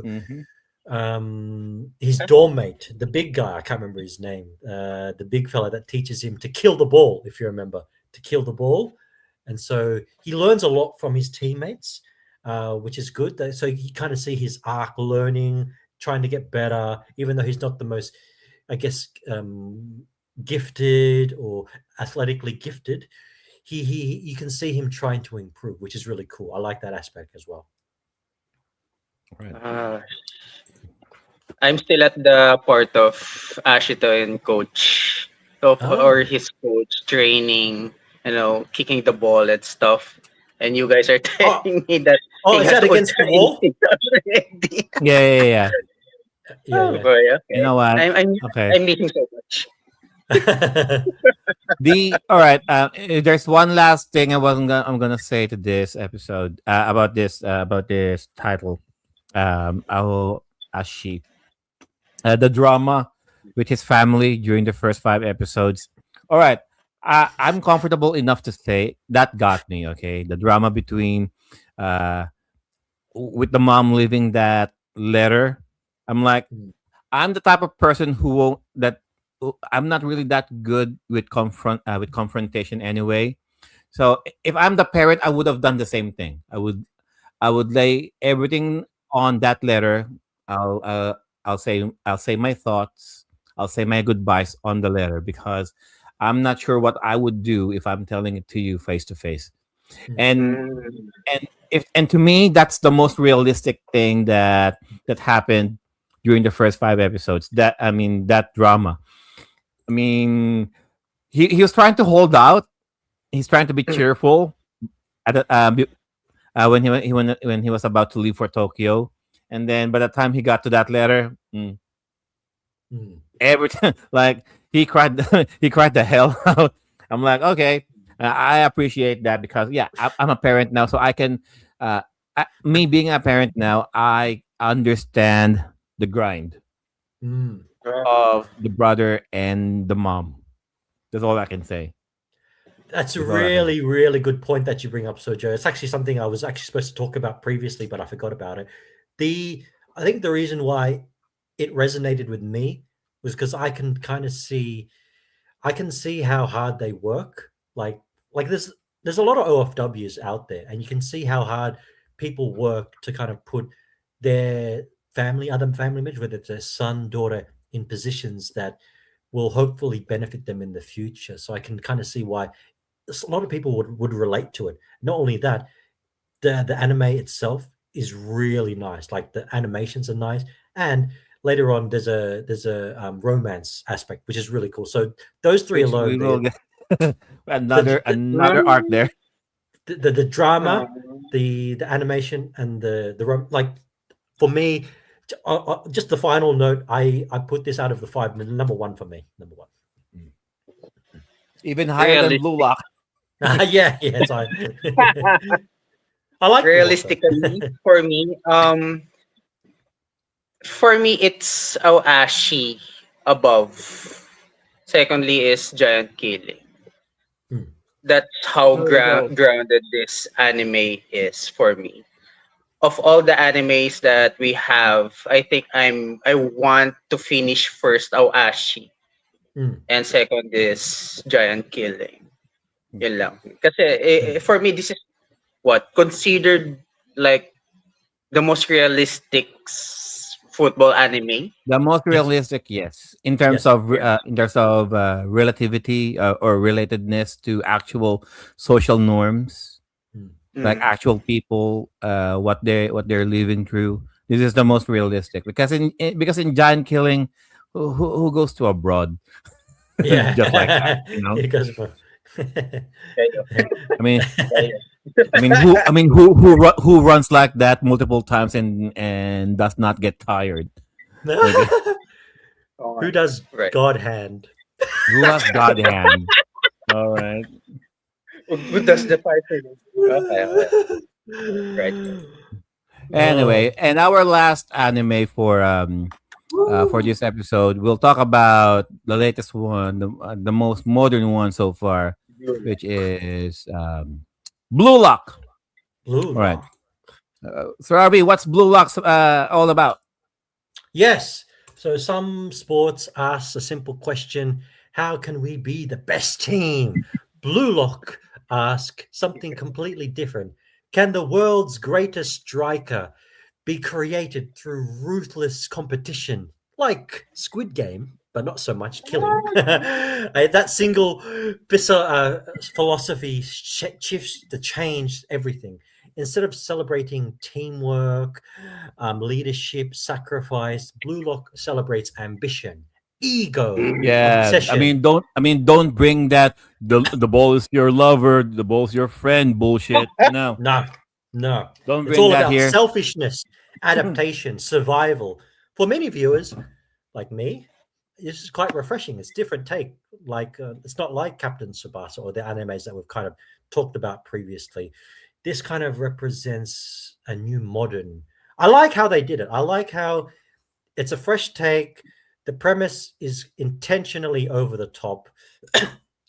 So basically, they've sent a letter out to 300 best strikers in Japan or Tokyo, wherever it is, and they ask them to come to this facility named Most likely Blue in Lock. Tokyo. Yeah. Blue Lock is the name Somewhere of in the Tokyo. facility.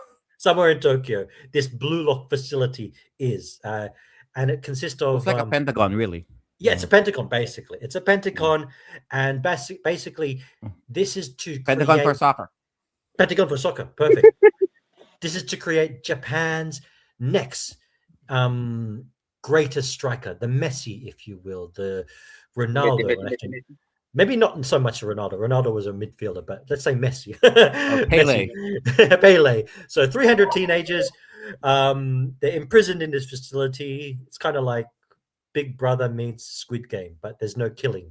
There's just if you fall, if you fail, the you don't get If to if there's represent anything Japan. that we're killing here, is your career. That's a correct exactly. They Your mentioned that. soccer career that we're killing So if you fail, you don't get to represent Japan in soccer ever. ever. So that's it. So I actually liked it. I think, just to be honest, I think for me it may have been better if they got the best midfielders, the best defenders, the best goalkeepers, and the best strikers all locked up. But because when you have the best, all the best strikers, there's All going to be some strike. there's going to be some compromise. Someone's going to have to play goalkeeper. Someone's going to have to play defense. In a normal soccer formation, it's like 4-4-2. So 4 defenders, 4 midfielders, 2 strikers. So out of the 30, the 300 players, they're going to have to be some compromise. Some are going to have to play positions they've never played. So that's my only, like, if we're talking Well, unrealistic. the creepy guy did say. I mean, Oh, it was ego, yes. mentioned that during the original game of football was played with all strikers anyway. It Hmm, wasn't until a few years later when they established positioning. hmm, So that's why the rationale of him just collecting strikers is that okay, historically football is all about striking anyway. let's see how you progress yourselves to be relegated to other positions that you set amongst yourselves and see how you go with it. Yeah, that's fair Then point. again, That's fair point. but then again, by the end of the day, they're all strikers. They're all They strikers. don't So know shit. it's hard for someone for like who's like if you're going there for a striker as a striker and then you're relegated to being a goalkeeper, it's kind of hard. So I don't think in during the anime they switched over the goalkeeper. It was just that same person for like the first 5 games that they were playing because they play against each other. Shit. Conveniently, I can go. I also play goalkeeper. Conveniently, I can do that. No, I mean all of you guys are strikers, and then for the sake of the plot, I just happen to, I also play goalkeeper in my spare time. Sure, let me be the goalkeeper forever. So you can kind of see like that person's probably not going to make it far, that goalkeeper. But the twist is that at first they're a team, so they have to work together as a team to progress, like in the competition. And as mentioned before, if they don't progress, they can no longer represent Japan in football. So yeah, so there's some big stakes in this competition. But so, Mark, And your again, thoughts? and their team is like the bottom of the barrel here. Yeah, Their team Z. Okay, their team Z. Oh, there's team A, B, C, D, all the way to Z, and there's Z. Okay, so and I so think that he was like means they ranked have to 300. they have to be team Y, team X, all the way so they can be team A. All right, and it didn't mention here depending on because they're all living in the same house. So, yeah, again, this is like Big Brother meets Squid Game. Okay, so all of them are locked in there in this facility. They have to learn to live together and play together, have sex together. I don't know. All right, let's talk about that, right? Because they're all wearing all this really tight, I don't know, tight onesies. Like, oh What? my god, and and Miss Hino and I remember Miss Hino was talking about this anime, and I'm like, you know what? I think I can understand why you love this anime so much, Miss Hino, with all of the sexy men that you that you see every time, right? Anyway, I mean, I'm not talking about all of the homoerotic subtext around here in this show. I mean, there's a lot of homoerotic subtext in this show. Okay, but I'm not gonna talk. But I digress. I'm not gonna talk about that. Anyway, all right. So depending on your ranking, also depends on what kind of food you're getting. So Yeah, if right. you're in Team Z, if you're literally the bottom tier, most likely you're just eating salt or I don't know, just miso soup. That's it. That's all you'll get. So unless you progress towards the hierarchy or the totem pole of the facility, then you'll get the good stuff. Okay, you'll get more privileges that way.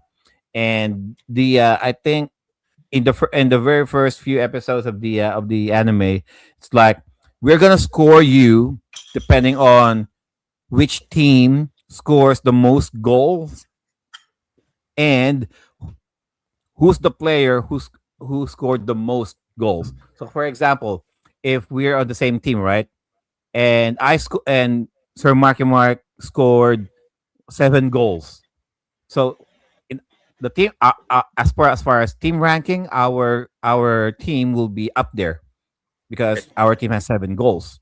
But individually, because Sir Marky Mark got us the 7 goals, and that means he's above me and Sir RV. Hmm. I might be ranked 300. Sir RV might be ranked 200. Sir Mark will be like what? Rank 10. That high. Yeah, because that's how they score. That's how they evaluate the teams here by team and by individual. Go, Sir Marky. What can you tell about Blue Lock? Um, I like this anime because the theme of this anime is not the conventional animes that we've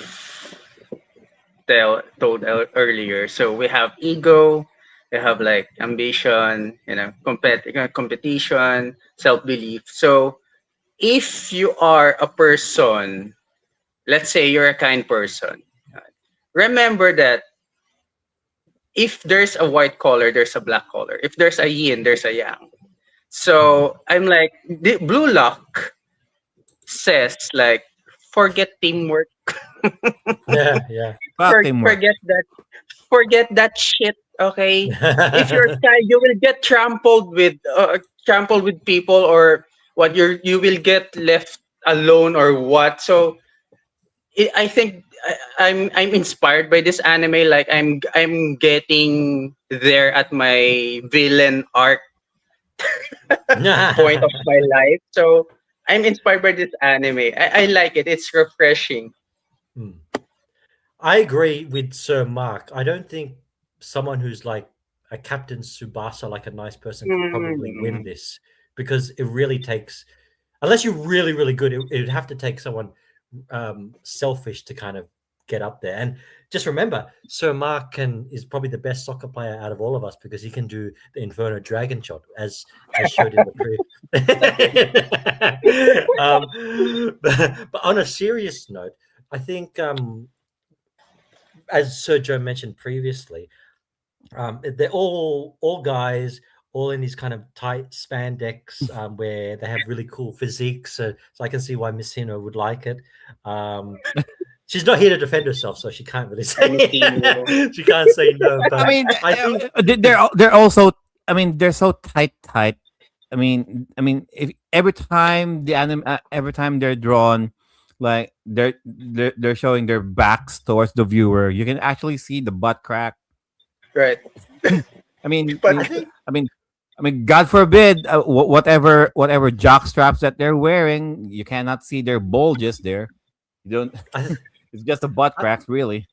I think there'd be two challenges going through those men. There'd be the challenge of surviving the competition, and then surviving like the men, like to see all these men with great physiques. So it'd be like, maybe for some, I'm not saying who, but for some, it could be challenging. I mean, it's like the show is trying to purposely out anyone who is positive gay or something. But, I mean, either the characters or the viewers. Okay, if something if something has awakened you watching this show, then you might start questioning yourself. The animators knew what they were doing. Okay. It's a beautiful anime. I have to say. So let's talk about the superpowers here, because, like we yes, mentioned, sometimes. the Ultra Instinct also happens in this show. Sir RV, Ultra Instinct, go. Yeah, so the main protagonist, he has kind of similar to Ashito, as he has really good spatial awareness. But I think everyone in his team has their own kind of special ability. There's a guy that can kind of run really fast, and they kind of go into his backstory as to why he can run really fast. But if you remember, he had kind of an injury, and then he didn't want to run fast because he of the thought of maybe re-injuring it. But there are other people where I think his name's Bashido. He had really cool dribbling, where he can kind of dribble through all the defenders and all the players.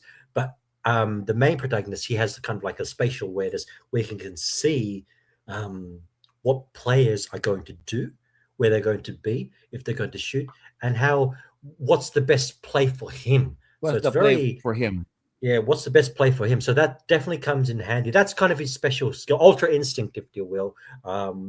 They do it very well as well. Probably, if I was to compare it to Asher Oi, I'd say, I'd probably say Asher Oi does it better, only because they show the top overview, whereas this one, it's kind of just through. They slow it down. They slow the animation down, and you kind of see, oh, okay, this is going to happen, or this might happen. And whenever you see his eyes turn like this, like he has his own trance. Like in Aoashi, his trance is not very that prominent. Here, it's you really can tell. Like for example, like if he had if he had 3 lines of cocaine and then his eyes go really like this, really focused, his pupils really constrict, I think like they he's also so call hot. it a You know what monster. I mean? Do they often, or they? I think they also refer to as a monster. Like the monster told me The to do monster in you, this. yeah, Yeah, the monster. That's the monster telling me to do this. The yeah. monster is telling me to do that. The very first time I believe that we saw it was when they first get locked up in the blue lock, and they have to play a game of tag. So whoever's got the Tag, yeah. ball is it. So and then you have to kick the ball to hit someone else, and then now they're it. And then Bashido passes it to the guy. He kicks it to his friend, and then his friend is it, and it goes out, and his friend completely loses it. But he can no longer now represent Japan. Oh, In the national that team. was not me. It's the monster It in was the me who monster, told yeah. It me was to the kick you in the monster. face. But it's really cool how they do it. It's really, It's I where would say, again 3 lines of cocaine Wait, was that like that. the Ultra Instinct already? That very moment. Yeah, but he doesn't control it though. It's not like he can go and it like goes that. into it. No, no. Okay. It just. I don't know I mean, what. depending on the situation, you really Yeah, it it depends on triggers. the. I'm not sure what the trigger is, but it depends on the situation. Where I guess I think it has to be. He has to be kind of. Um, he's back against the wall kind of situation Yeah. where it's his last resort. He has to pull out the The monster card. the way I want to describe it in comparison with Ao Ashi. Sure. Ao Ashi. Damn it. With Blue Lock, his Ultra Instinct ultimately is being used for his sake. Mm. In Ao Ashi, the Ultra Instinct is being performed for the sake of the team. If that makes sense. Mm. Okay. If that makes sense, Sir RV. It does. It does. And I think another point that I forgot to mention earlier. I remember when you watched it, Searcher, because I remember we watched 5 episodes. I think I watched up to episode 10. You watched it actually at a time when Japan was facing Brazil. And Yeah. there was probably an episode, maybe episode 2, when they get locked up in Blue Lock, where Ego, he's the kind of like commander of the Blue Lock facility. He The kind of creepy says, guy. the creepy guy. thin guy. He says, Japan can no longer be content with just being in the World Cup. We have to They win. need to win. They need to win. Yeah. And then, and I remember you watching the Japan versus Brazil match and they lost. So it was actually kind of a good timing when you Good watched timing. it. It is kind of I That can no, see yeah, how correct. That was the time when Japan got eliminated in the World Cup. they got So eliminated. early. And I think it's in that sense, it's relatable to a lot of Japanese people, but not just Japanese people, but to people like maybe for other people. Like I would relate because you see Australia, they make it to the World Cup, but they don't make any noise. They don't make it even to like the Not in the top semifinals. 16, no. Not even to the top 16. They don't make it that far because and it kind of like, man, I can relate that we no longer want to just be part of just another number of the World Cup. We want to win. And there's only been like I think 7 winners of the World Cup, like countries. So there's not many. It's always like being passed around between England, Brazil, Argentina, Argentina, Germany, Italy. Italy. Yeah. Yeah. It's either European or South American. That's it. South American. Yeah. Yeah. So you can kind of see it in that sense. It's quite relatable. So I like that premise. I like how they've taken something real and they put it in an anime, but they've also kind of exaggerated the anime so much that it's that they've taken it to like a Big Brother, Squid Game kind of feel. But it Before just Squid makes, Game was a thing, right? before Squid Game was a thing, but it works. It got me hooked by like episode 3. No, I mean, I can understand the motivation of it. I mean, Mm. of wanting to do this kind of Mm. thing anyway. Like Japan is so desperate for a world stage recognition that they have to take it to this extreme. These extremes, yeah. We will lock up all of the potential aspiring young high school players all across Japan, pin them up to each other, and then hoot hoot. No pun intended, right? And yeah, I mean, it's like again, you guys mentioned it's just survival of the fittest. The strongest will survive, and hoping that the top 11 guys that will come up on top of, of Blue Lock will be the one representing Japan in the World Cup, and all of those who end up in the bottom will, will no longer be allowed to represent Japan in Well, any way tournament wise. I mean, you can. I mean, and I question that. I mean, okay, so let's just say I lost. I got out of Blue Lock because whatever. I didn't qualify, right? So the condition is that you cannot really represent Japan, but I can still play on the collegiate level. I can still play on a high school level. I can still play on the collegiate level. That's it. I just you cannot can't represent Japan in a national stage. So what? That's fine. I guess. I mean, it's not like I'm. It's not like they're gonna kill me literally. Yeah, yes, okay, yeah, yeah. No, that's true. That's true. It's not And the end of the world. I think for these players, though, you see it in one of the characters. He's the monk character, the soccer player that was a monk. You see it in him. They're like, I can't fail. I can't go back to being a monk. For him, it's like it's either win this or go back to being a monk, which he doesn't want to do. Apparently, he mentions that he doesn't want to go back Shaolin to being a monk. monk. The Shaolin monk. He doesn't want to go back to being that. But for these players, though, that fear of not representing, because I would say representing the team on any level, whether it's football, basketball, is probably one of the greatest honors a player can have. So for the players that don't make it, I just hope that they at least have they make some meaningful, friendships within there from the time that they see these other gentlemen in Fuck these, friendship. in these tight spandex. This show is not about friendship. So, Marky Mark, what else can you say about Blue Lock? It's like, what if becoming the world's best striker means becoming selfish, diba? Parang ganyan. Yeah. So, for me, it's very relatable para sa mga taong very kind and, Yeah. very giving. So, if you guys are like that and you're into soccer, you better watch this anime. Serveraj is in the comments. Shout out to Serveraj, as well as the soccer, the football. Sorry. I just hope, just to bring it back. Do you think like there should be a spin-off where they have like all the rejected players, and they're like the players, and then like maybe they have formed relationships with other players, and then like a romance, and then that can go into like a romance kind of comedy, and not like soccer, but like that romance, so like a kind of a Reminder, they're all guys. Serveraj doesn't like the gayness. Serveraj doesn't like the gayness. Okay. Keep it halal. Do you think that would work as a show, Sir Mark? Like if you, as a spin-off, you could have like all the rejected players, and then like they have a spin-off where they form relationships. Do you think that would? It's gonna be Is an that something you'd anime, watch? guys. It's gonna be an anime, not not in Kiss Anime, not in Crunchyroll. You're gonna watch this in anime with an H. It's La Blue Lock. Love Blue Lock. La Blue Lock. There you go. We'll call it La Blue Lock. Love Blue We're Lock. gonna clip. Okay, we're gonna clip this.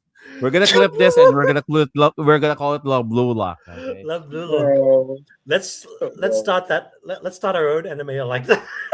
La Blue Lock. Ooh, a lot of tentacles for the soccer ball. Hmm.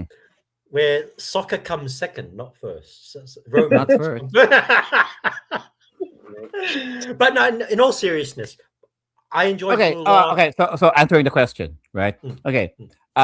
You know in reality shows like Survivor, they tend to bring all of the people who got eliminated. Oh yeah. Then they bring Like a it back. reunion. Yeah. Yeah. Right. They bring it back just to come up with the final judgment for the remaining players. And there was also this. Sir Marky Mark might know this in Slam Dunk. right before they went to the prefectural tournament, um, the key players from Ryodan, the key players from Kainan, and the team players from Shoyo had to make a super team just to play against Shohoku, Mm. right? It's kind of like that, and it, I'm not sure with season 2 of Blue Lock if an idea like that is gonna be introduced, but it's a nice angle. Yes, Pwede. because Right. yeah, just because they got eliminated doesn't necessarily mean they're bad players. Yeah, Right. that's true. It's just a system, really. No, 100% agree with you on that one.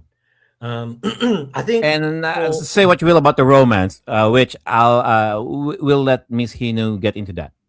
yes, yes, we should definitely have our thoughts on this. I think it'd be very interesting. As About the romance? not just about the romance. Actually, more so about the romance. More so about the romance, but the actual soccer itself. If she watched any of the actual soccer, just curious to know. Romancing the ball or romancing the other players' balls. I don't know. Again, love Blue Mark, Lock. how about this? Blue Love. Blue Love. I like that name. Blue Love. Blue Love. There you But go. no, I think Blue Lock sounds better. Love Blue Lock. In all seriousness, I would rank this second out of the 5 animes that we watched. I really enjoyed it.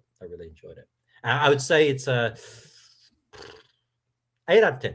I think I've given all animes 8 out of 10 actually. But keep in mind, I've only watched like 10 episodes of each one, so yeah, I haven't watched the full season. So yeah, it might change. So Mark, sorry. I'm giving the anime like what? 9/10. 9, yeah. Because Nice. I can just relate to the theme of this anime, so I'm giving it 9/10. 9/10, yeah, nice. Out of all of the animes that we watched so far in this episode, the character designs here are the best looking. Okay, Yeah. the best looking ones as far as character designs go, and if it's not for the soccer, guys, okay, if it's not for the soccer, you'll watch this for something else. You might watch it for something else, and if you are the type of anime watcher who likes, who's not really into explicit pornographic themes, but it's enough that you can see the undertones, you can appreciate the subtext. You might enjoy this, okay? But then again, watch the soccer for this. I mean, it in a way it's not that hyper realistic, but it's not overly conventional either. It's like more in the middle, if that makes sense.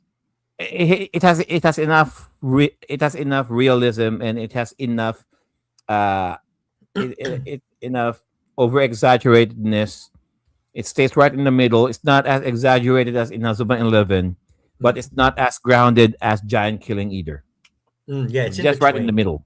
If that makes sense. It if does. you agree. No, I agree. It's definitely it's only because the actual premise itself, where they lock 300 strikers inside a facility, that's just overly no girls, intentionally just over guys. the top. All just guys, sweaty guys just sweaty after a soccer match, and they all shower together. I think what And they some do of as the well. and some of the players look like girls anyway. I have to say, Hey! I reckon when they asked for their sizes, let's say they gave like a medium, they intentionally gave them a small so that their bodies would look bigger. I think that's what they did. The bodies look bigger. And that one particular teammate who doesn't really mind being naked all the time. Like he keeps streaking all around him. He's basically naked right there.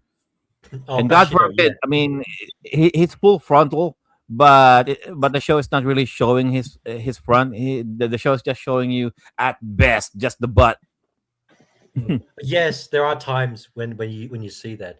I think he's just very comfortable in his own skin. So He is more comfortable power, with his own skin. more power Okay, to he does him. not mind being objectified. No, Okay, more the other power to him. guys is not even. Yeah, the other guys see that and like, okay, yeah, he's just naked. So what? It's Japanese culture. All right, it's the Japanese culture. They don't mind seeing each other naked. It would be gay. All right. Well, If you bring too much attention to it, then it makes you gay, and we're not. I mean, we're not that kind of show. No, right, we right, celebrated. right. We celebrated. But on that note, I think it's time for shameless plugs. But I want to Shameless shout out plug. to Sir Viraj. Thank you for joining us in the last hour. Last For us, 30 minutes as or well so. as last 2 minutes. Sir Marlon, Sir Dan, Sir JDM was also in the chat. Thank you guys. Sir Marky Mark, where can they captain your Subasa? Captain Tsubasa. Hi guys, thank you for watching today's episode. You can catch me on my personal Facebook, Mahansoni Virema, as well as here at TGS Otakunauts or Saturday Smark Talk. Yeah, thanks again for watching, and we'll see you in the next episode. Thank you, Sir Marky Mark. Sir Joe, where can they blue your lock? All right, you can love blue my lock. Every Saturday in this channel, okay? Whether it's Saturday Smart Talk, whether it's Timeless Gamer Show, or whether it's Otaku Not, you'll see me. Unless, of course, life gets in the way. You'll see me here in this channel every Saturday, same time. Thank you for that. Back to you, Sir RV. Thank you, Sir Joe. Sir V. You can catch me on the Timeless Gamers Show, as well as Saturday Smart Talk. The next Saturday Smart Talk is Saturday the 1st of August, which is going to be our SummerSlam preview. 2 nights. So we're going to do, we're going to talk about the matches, maybe relive some of our favorite moments from SummerSlam. But next week will be the Timeless Gamer Show, so you can catch me there as well on here on Otakunauts every third Saturday of the month. Thank you so much, guys, for tuning in, listening to the podcast. We've been talking on this very special World Cup edition of Soccer Animes. We'll catch you on the next one. And yeah, thanks for joining us. Peace out. Oh, hang on. There's a late entry here coming from Sir Joel. Oh, yes, we've got Sir Joel. Oh, my gosh. I do apologize. All right. Sir Joel. Before we go, let's hear what Sir Joel has to say.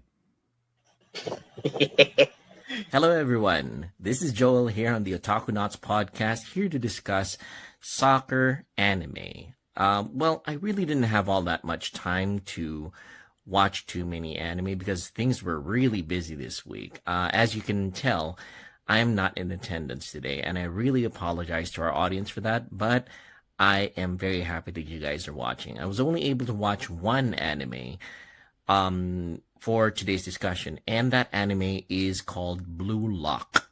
All right, now, anime about soccer is very interesting, or sports in general is very interesting, and this anime is about the sport of soccer and about how, I'm not quite sure when it's set, but Japan had instituted a program in the anime to train the world's greatest striker, as it's called in the game of soccer. And they pulled a number of kids or high schoolers who were eligible for training. And our main character here in the Blue Lock anime is named Yoichi Isagi, if I remember correctly. And in my personal opinion, the anime is a very, very good series. I watched it with my daughter, and it was very exciting.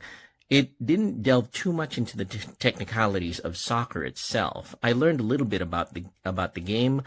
I found it quite interesting. I didn't have as deep of a knowledge of soccer as most people who seem to be very interested in it nowadays because of the World Cup. But yes, the anime itself is a lot of fun. It does have a very good dynamic of how one regular person who has aspirations of being better than most people got pulled into the program called Blue Lock. And my personal opinion of it is that it seems to be a combination of regular anime like in basketball it's like Slam Dunk, and the most recent Netflix series called Squid Games, where the kids are pitted against each other and there is an elimination of people who are not good enough in the training to become the world's best striker. So yes, it's very well animated. The quality of the artwork is very top notch. The emotions put out by the main characters. It's not just the Isagi who is interesting here. Almost all of them are very interesting in their own right. They have their own personalities. They develop well. My daughter's one of my daughter's favorite characters is named Bachira, who is the weird guy of the series, but he is very interesting, and he describes himself as having a monster inside of him, because once he activates his concentration on playing soccer, he's a very good dribbler. And he actually accurate points out that the main character, Isagi, has a monster inside of him as well, because the moment that he focuses, he understands the spatial awareness around him and can smell a goal as a possibility in the game. So yes, it is a very exciting, very interesting, very dynamic anime, which I highly recommend that you guys try out. Blue Lock is the anime I got to try for this episode of Otakunauts, and I hope you guys do too. The other anime being discussed by my fellows here in Otakunauts are going to be in my radars, and well, we might actually watch those when I get back from Myrtle Beach. But until then, thanks very much everybody for watching the Otakunauts podcast. I hope to see you guys again in our next episode. See you soon. Bye.